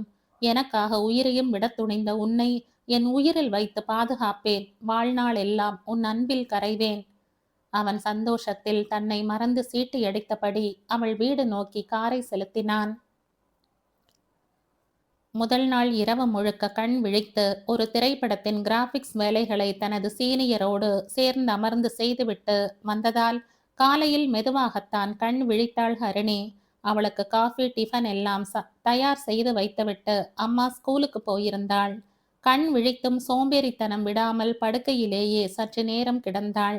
மனம் முழுக்க புதுசாய் ஒரு சந்தோஷம் பரவி இருந்தது. டாக்டர் சரபேஷ் மனசில் இப்படி ஒரு எண்ணம் தோன்றும் என்று அவள் நினைக்கவில்லை. மிக நாசுக்காக அவள் விலாசத்தையே அவளிடம் கொடுத்து, நான் மணக்க விரும்பும் பெண் நீதான் என்பதை சொல்லாமல் சொல்லிவிட்டு அவன் சென்ற பிறகு அவள் திகைத்துத்தான் போனாள். ஒரு பக்கம் அழுகை வந்தது. ஏற்கனவே ஒருவனிடம் அடிபட்ட பிறகு மற்றொரு முறை இந்த விஷயத்தில் ரிஸ்க் எடுப்பதா என்ற பயமும் ஏற்பட்டது. அந்த பயத்தோடுதான் அன்று அவள் வீட்டுக்கு வந்தாள். 1 வாரம் வரை அவன் நினைப்பை தள்ளி போட்டுவிட்டு வேலையை பார்த்தாள். 8ஆம் நாள் அவள் களைத்து போய் வீட்டுக்கு வந்தபோது அவளுக்கு முன்னால் வந்து அவளுக்காக காத்திருந்தான் சரபேஷ். அவனை பார்த்ததும் உடலில் ஏதோ ஒரு உணர்ச்சி பரவ அவன் விழிகளை பார்க்க முடியாமல் தடுமாறினாள் அவள். எப்படி இருக்கீங்க? சற்று பொறுத்து கேட்டாள். ஒரு சுத்து இழைச்சிட்டேங்கிறாங்க உங்க அம்மா, என்ன கவலைன்னு வேற கேட்குறாங்க. அவள் திரு திருவென்று விழித்தாள். சிரிப்பை அடக்கி கொண்டு அம்மா உள்ளே போனாள். என்னமோ பெருசா புரோக்கர் வேலையெல்லாம் பார்க்கறதா பீத்திக்கிட்ட? அட்ரஸை வாங்கிண்டு இப்படியா கம்முன்னு இருக்கிறது? அவன் விழிகளால் சிரிக்க ஒரு வினாடி அவள் தேகம் நடுங்கியது. பேச்சு வர மறுத்தது. புரியுது ஹரணி, நானும் அந்த ஆளை மாதிரி துரோகி ஆயிடுவேனோன்னு பயப்படுறல்ல? அதெல்லாம் இல்ல, என் கதை தெரிஞ்சும் எப்படி இந்த எண்ணம்? ஏன் உங்க காதல் தான் உலகத்தின் முதல் காதலா அல்லது முதல் காதல் தோல்வியா? சரித்திரத்தை புரட்டினா தெரிஞ்சும் தெரியாமையும் எவ்வளவோ காதல் தோல்விகள். எல்லாரும் சன்னியாசியாவா ஆயிட்டாங்க, இல்ல செத்து போயிட்டாங்களா? ஒரு செடியில ஒரே ஒரு பூதான் பூக்கணும்னு யார் சொன்னது? கிடைக்காததை நஷ்ட கணக்குல எழுதிட்டு கிடைச்சதை லாப கணக்குல எழுதிக்கிறது தான் விவேகிகளுக்கு அழகு. என்ன சொல்ற? கல்யாணத்தை பத்தி யோசிக்கவே எனக்கு பயமா இருக்கு. கோழைகள் தான் எதை பார்த்தாலும் பயப்படுவாங்க. இந்த அனுபவம் உங்களுக்கு ஏற்பட்டிருந்தா என் மன உணர்வு உங்களுக்கு புரியும். ஒவ்வொருத்தருக்கும் ஒவ்வொரு அனுபவம். அம்மா அப்பா தான் உலகம்னு வாழ்ந்தவன் நான். அடுத்தடுத்து 2 பேரும் தற்கொலை செய்துகிட்டப்போ நானும் ஒரு முழக்கயிறை கையில எடுக்க எவ்வளவு நாழி ஆகுங்கிற? கஷ்டம் வரும்போது தான் நாம நிறைய யோசிக்கணும் ஹரிணி. ஒவ்வொரு கஷ்டமும் நம்மை பக்குவப்படுத்தத்தான். உன் கடந்த காலம் எனக்கு தேவையில்ல. ஒருவேளை தினகருக்கு முன்னால நான் உன்னை பார்த்திருந்தா நீ என்னைத்தான் காதலிக்க ஆரம்பிச்சிருப்ப. இந்நேரம் நமக்கு ஒரு குழந்தை கூட பிறந்திருக்கலாம். அப்படி நினைச்சுக்கிட்டு நல்ல பதில் சொல்லு ஹரிணி. அவள் தடுமாறினாள். அவன் தொடர்ந்தான். எப்படியும் நீ யாரோ ஒருத்தனை கல்யாணம் செய்துக்கத்தானே போற. அந்த யாரோ ஒருத்தன் ஏன் நானா இருக்க கூடாது? என்னை விட நல்ல பெண், இந்த மாதிரி எந்த பிரச்சனைகளையும் சந்திக்காத ஒரு பெண் உங்களுக்கு கிடைக்க மாட்டாளா என்ன? அவள் இப்படி கேட்டதும் அவன் சிரித்தான். தாராளமா கிடைப்பாங்க. ஆனா எல்லாருடைய மனசிலும் புகுந்து புறப்பட்டா பார்க்க முடியும் அவங்க மனசுல என்ன ரகசியம் இருக்குதுன்னு. நமக்கு தெரியாத காரணத்தினாலேயே ஒருவரை பரிசுத்தமானவங்கன்னு சொல்லிடவும் முடியாது. அதே மாதிரி உன் கடந்த காலம் தெரிஞ்சதுனாலேயே நீ கெட்டவன்னும் சொல்லிட முடியாது. பரஸ்பர நம்பிக்கைதான். ஹரிணி தாம்பத்தியத்துக்கு ரொம்ப முக்கியம். புருஷனும் பெண்டாட்டியும் தாங்கிற எண்ணத்தை விட்டு அத்வைத நிலைக்கு மாற தயாராகணும். நான் நீங்கிற எண்ணம் விட்டு இரண்டரை கலக்கும் போது பரிசுத்தமா பொங்கி வர அன்புக்கு பேர்தான் காதல்.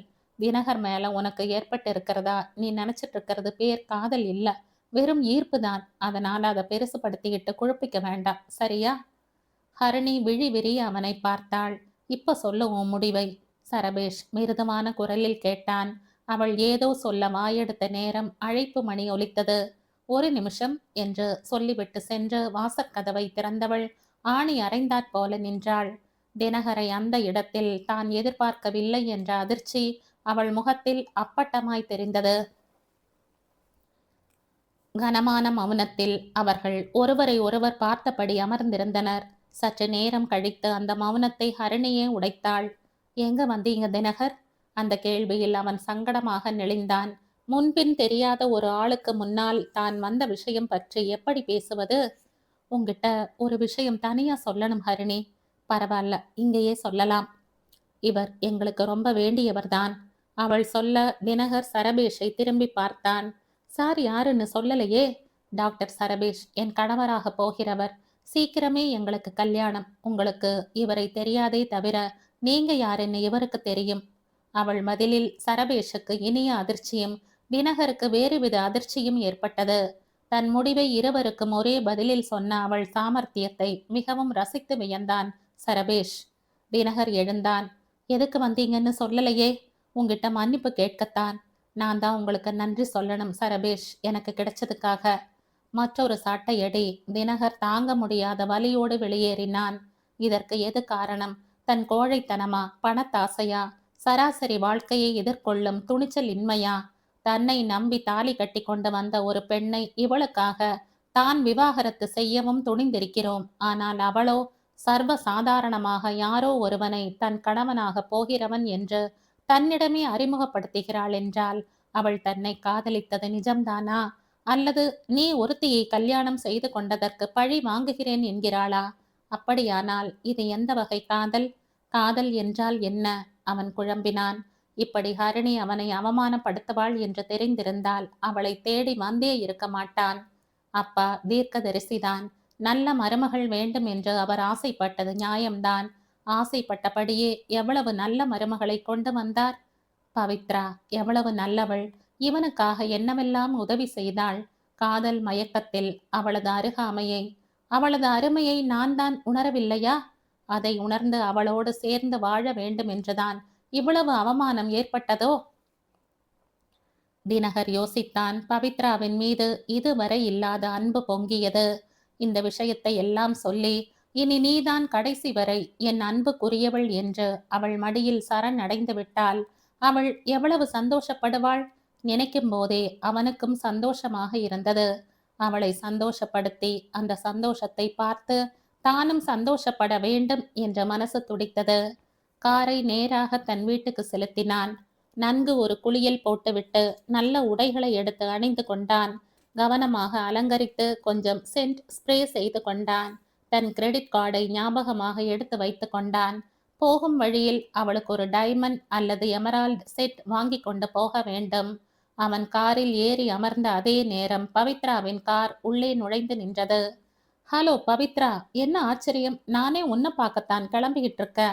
அவன் உற்சாகமாக காரை விட்டு இறங்கினான். அவள் உள்ளே வந்ததும் தன் கை பை திறந்து ஒரு கவரை எடுத்தாள். டைவர்ஸ் நோட்டீஸ், உங்க கையெழுத்தை நானே வாங்கிட்டு போகலாம்னு வந்தேன். போஸ்ட்ல அனுப்பினா அனாவசியமா 2 நாள் டிலே ஆகும். உங்களையும் பார்த்தா மாதிரி ஆச்சு, அதான் நானே வந்தேன். அவன் முகம் ஒரு மாதிரி ஆயிற்று. அந்த கவரை வாங்கி ஒரு பக்கம் வைத்தான். இப்ப இதுக்கு அவசியம் இல்ல பவித்ரா என்றான் புன்னகையோடு அவளை பார்த்தபடி. அவள் புருவம் சுருங்க அவனை பார்த்தாள். புரியலையே. புரியும்படியா சொல்லணும்னா எனக்கு உன்னை டைவர்ஸ் பண்ற ஐடியா இல்ல, போதுமா? ஏன் ஹரணி கிடைக்கலையா? கிடைக்காம என்ன? அப்புறம் என்ன, அவளை கல்யாணம் பண்ணிக்க போறதா சொன்னீங்களே? இல்ல.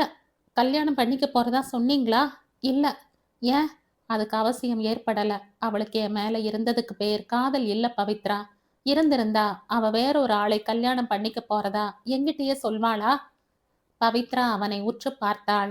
அவனது திடீர் மன மாற்றத்துக்கு காரணம் புரிய அவள் அவனை வெறித்து பார்த்தாள். அவ அப்படி சொன்ன அந்த க்ஷணம் நான் அவளை என் மனசுல இருந்து தூக்கி எறிஞ்சிட்டேன். உன் அன்பும் அருமையும் அப்பதான் எனக்கு புரிஞ்சது பவித்ரா. அப்பாதான் தெய்வமா இருந்து இதையெல்லாம் நடத்துறாருன்னு தோணுது. எப்பவும் உன்னை நான் பிரிய கூடாதுங்கிறது தான் அவர் ஆசை. அவரை நான் ஏமாத்தணும்னு பார்த்தேன். அப்பவும் அது நடக்கல. அவர் செத்தும் அவரை என்னால ஏமாத்த முடியலைன்னா அதுக்கு என்ன அர்த்தம் பவித்ரா? எனக்கு நீ, உனக்கு நான்கிறது தேவலிபி. அதை யாரால தான் மாத்த முடியும் சொல்லு? தேவலிபி அதில்ல தினகர், இதுதான். பவித்ரா விவாகரத்து நோட்டீஸை எடுத்து அவனிடம் திரும்ப கொடுத்தாள். கையெழுத்து போட்டு கொடுங்க, எனக்கு நேரமாகுது. என்ன பவித்ரா, நான் இவ்ளோ சொல்றேன். இவ்ளோ நாள் என்னை புரிஞ்சுகிட்டு எனக்காக உதவினவ தானே நீ.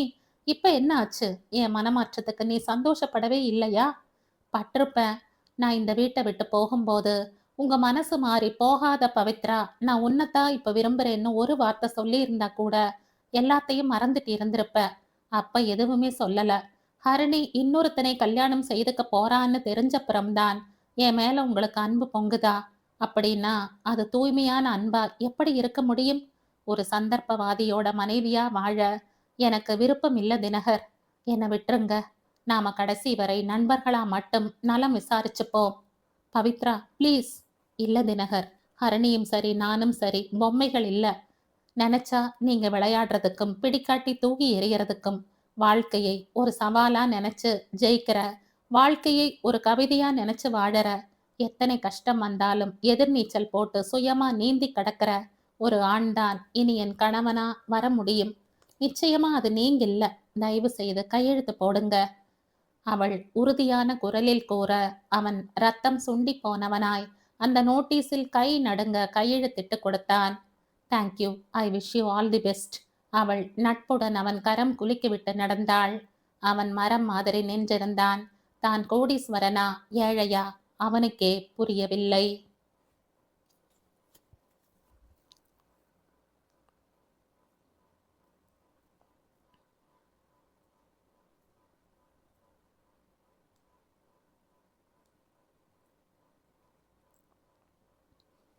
இதோடு இந்த கதை முடியுது. இந்த கதை உங்களுக்கு பிடிச்சிருந்தா லைக் பண்ணுங்க, ஷேர் பண்ணுங்க, சப்ஸ்கிரைப் பண்ணுங்க. மற்றும் ஒரு இன்ட்ரெஸ்டிங்கான கதையோட அடுத்த வீடியோல சந்திப்போம். பை. தேங்க்யூ.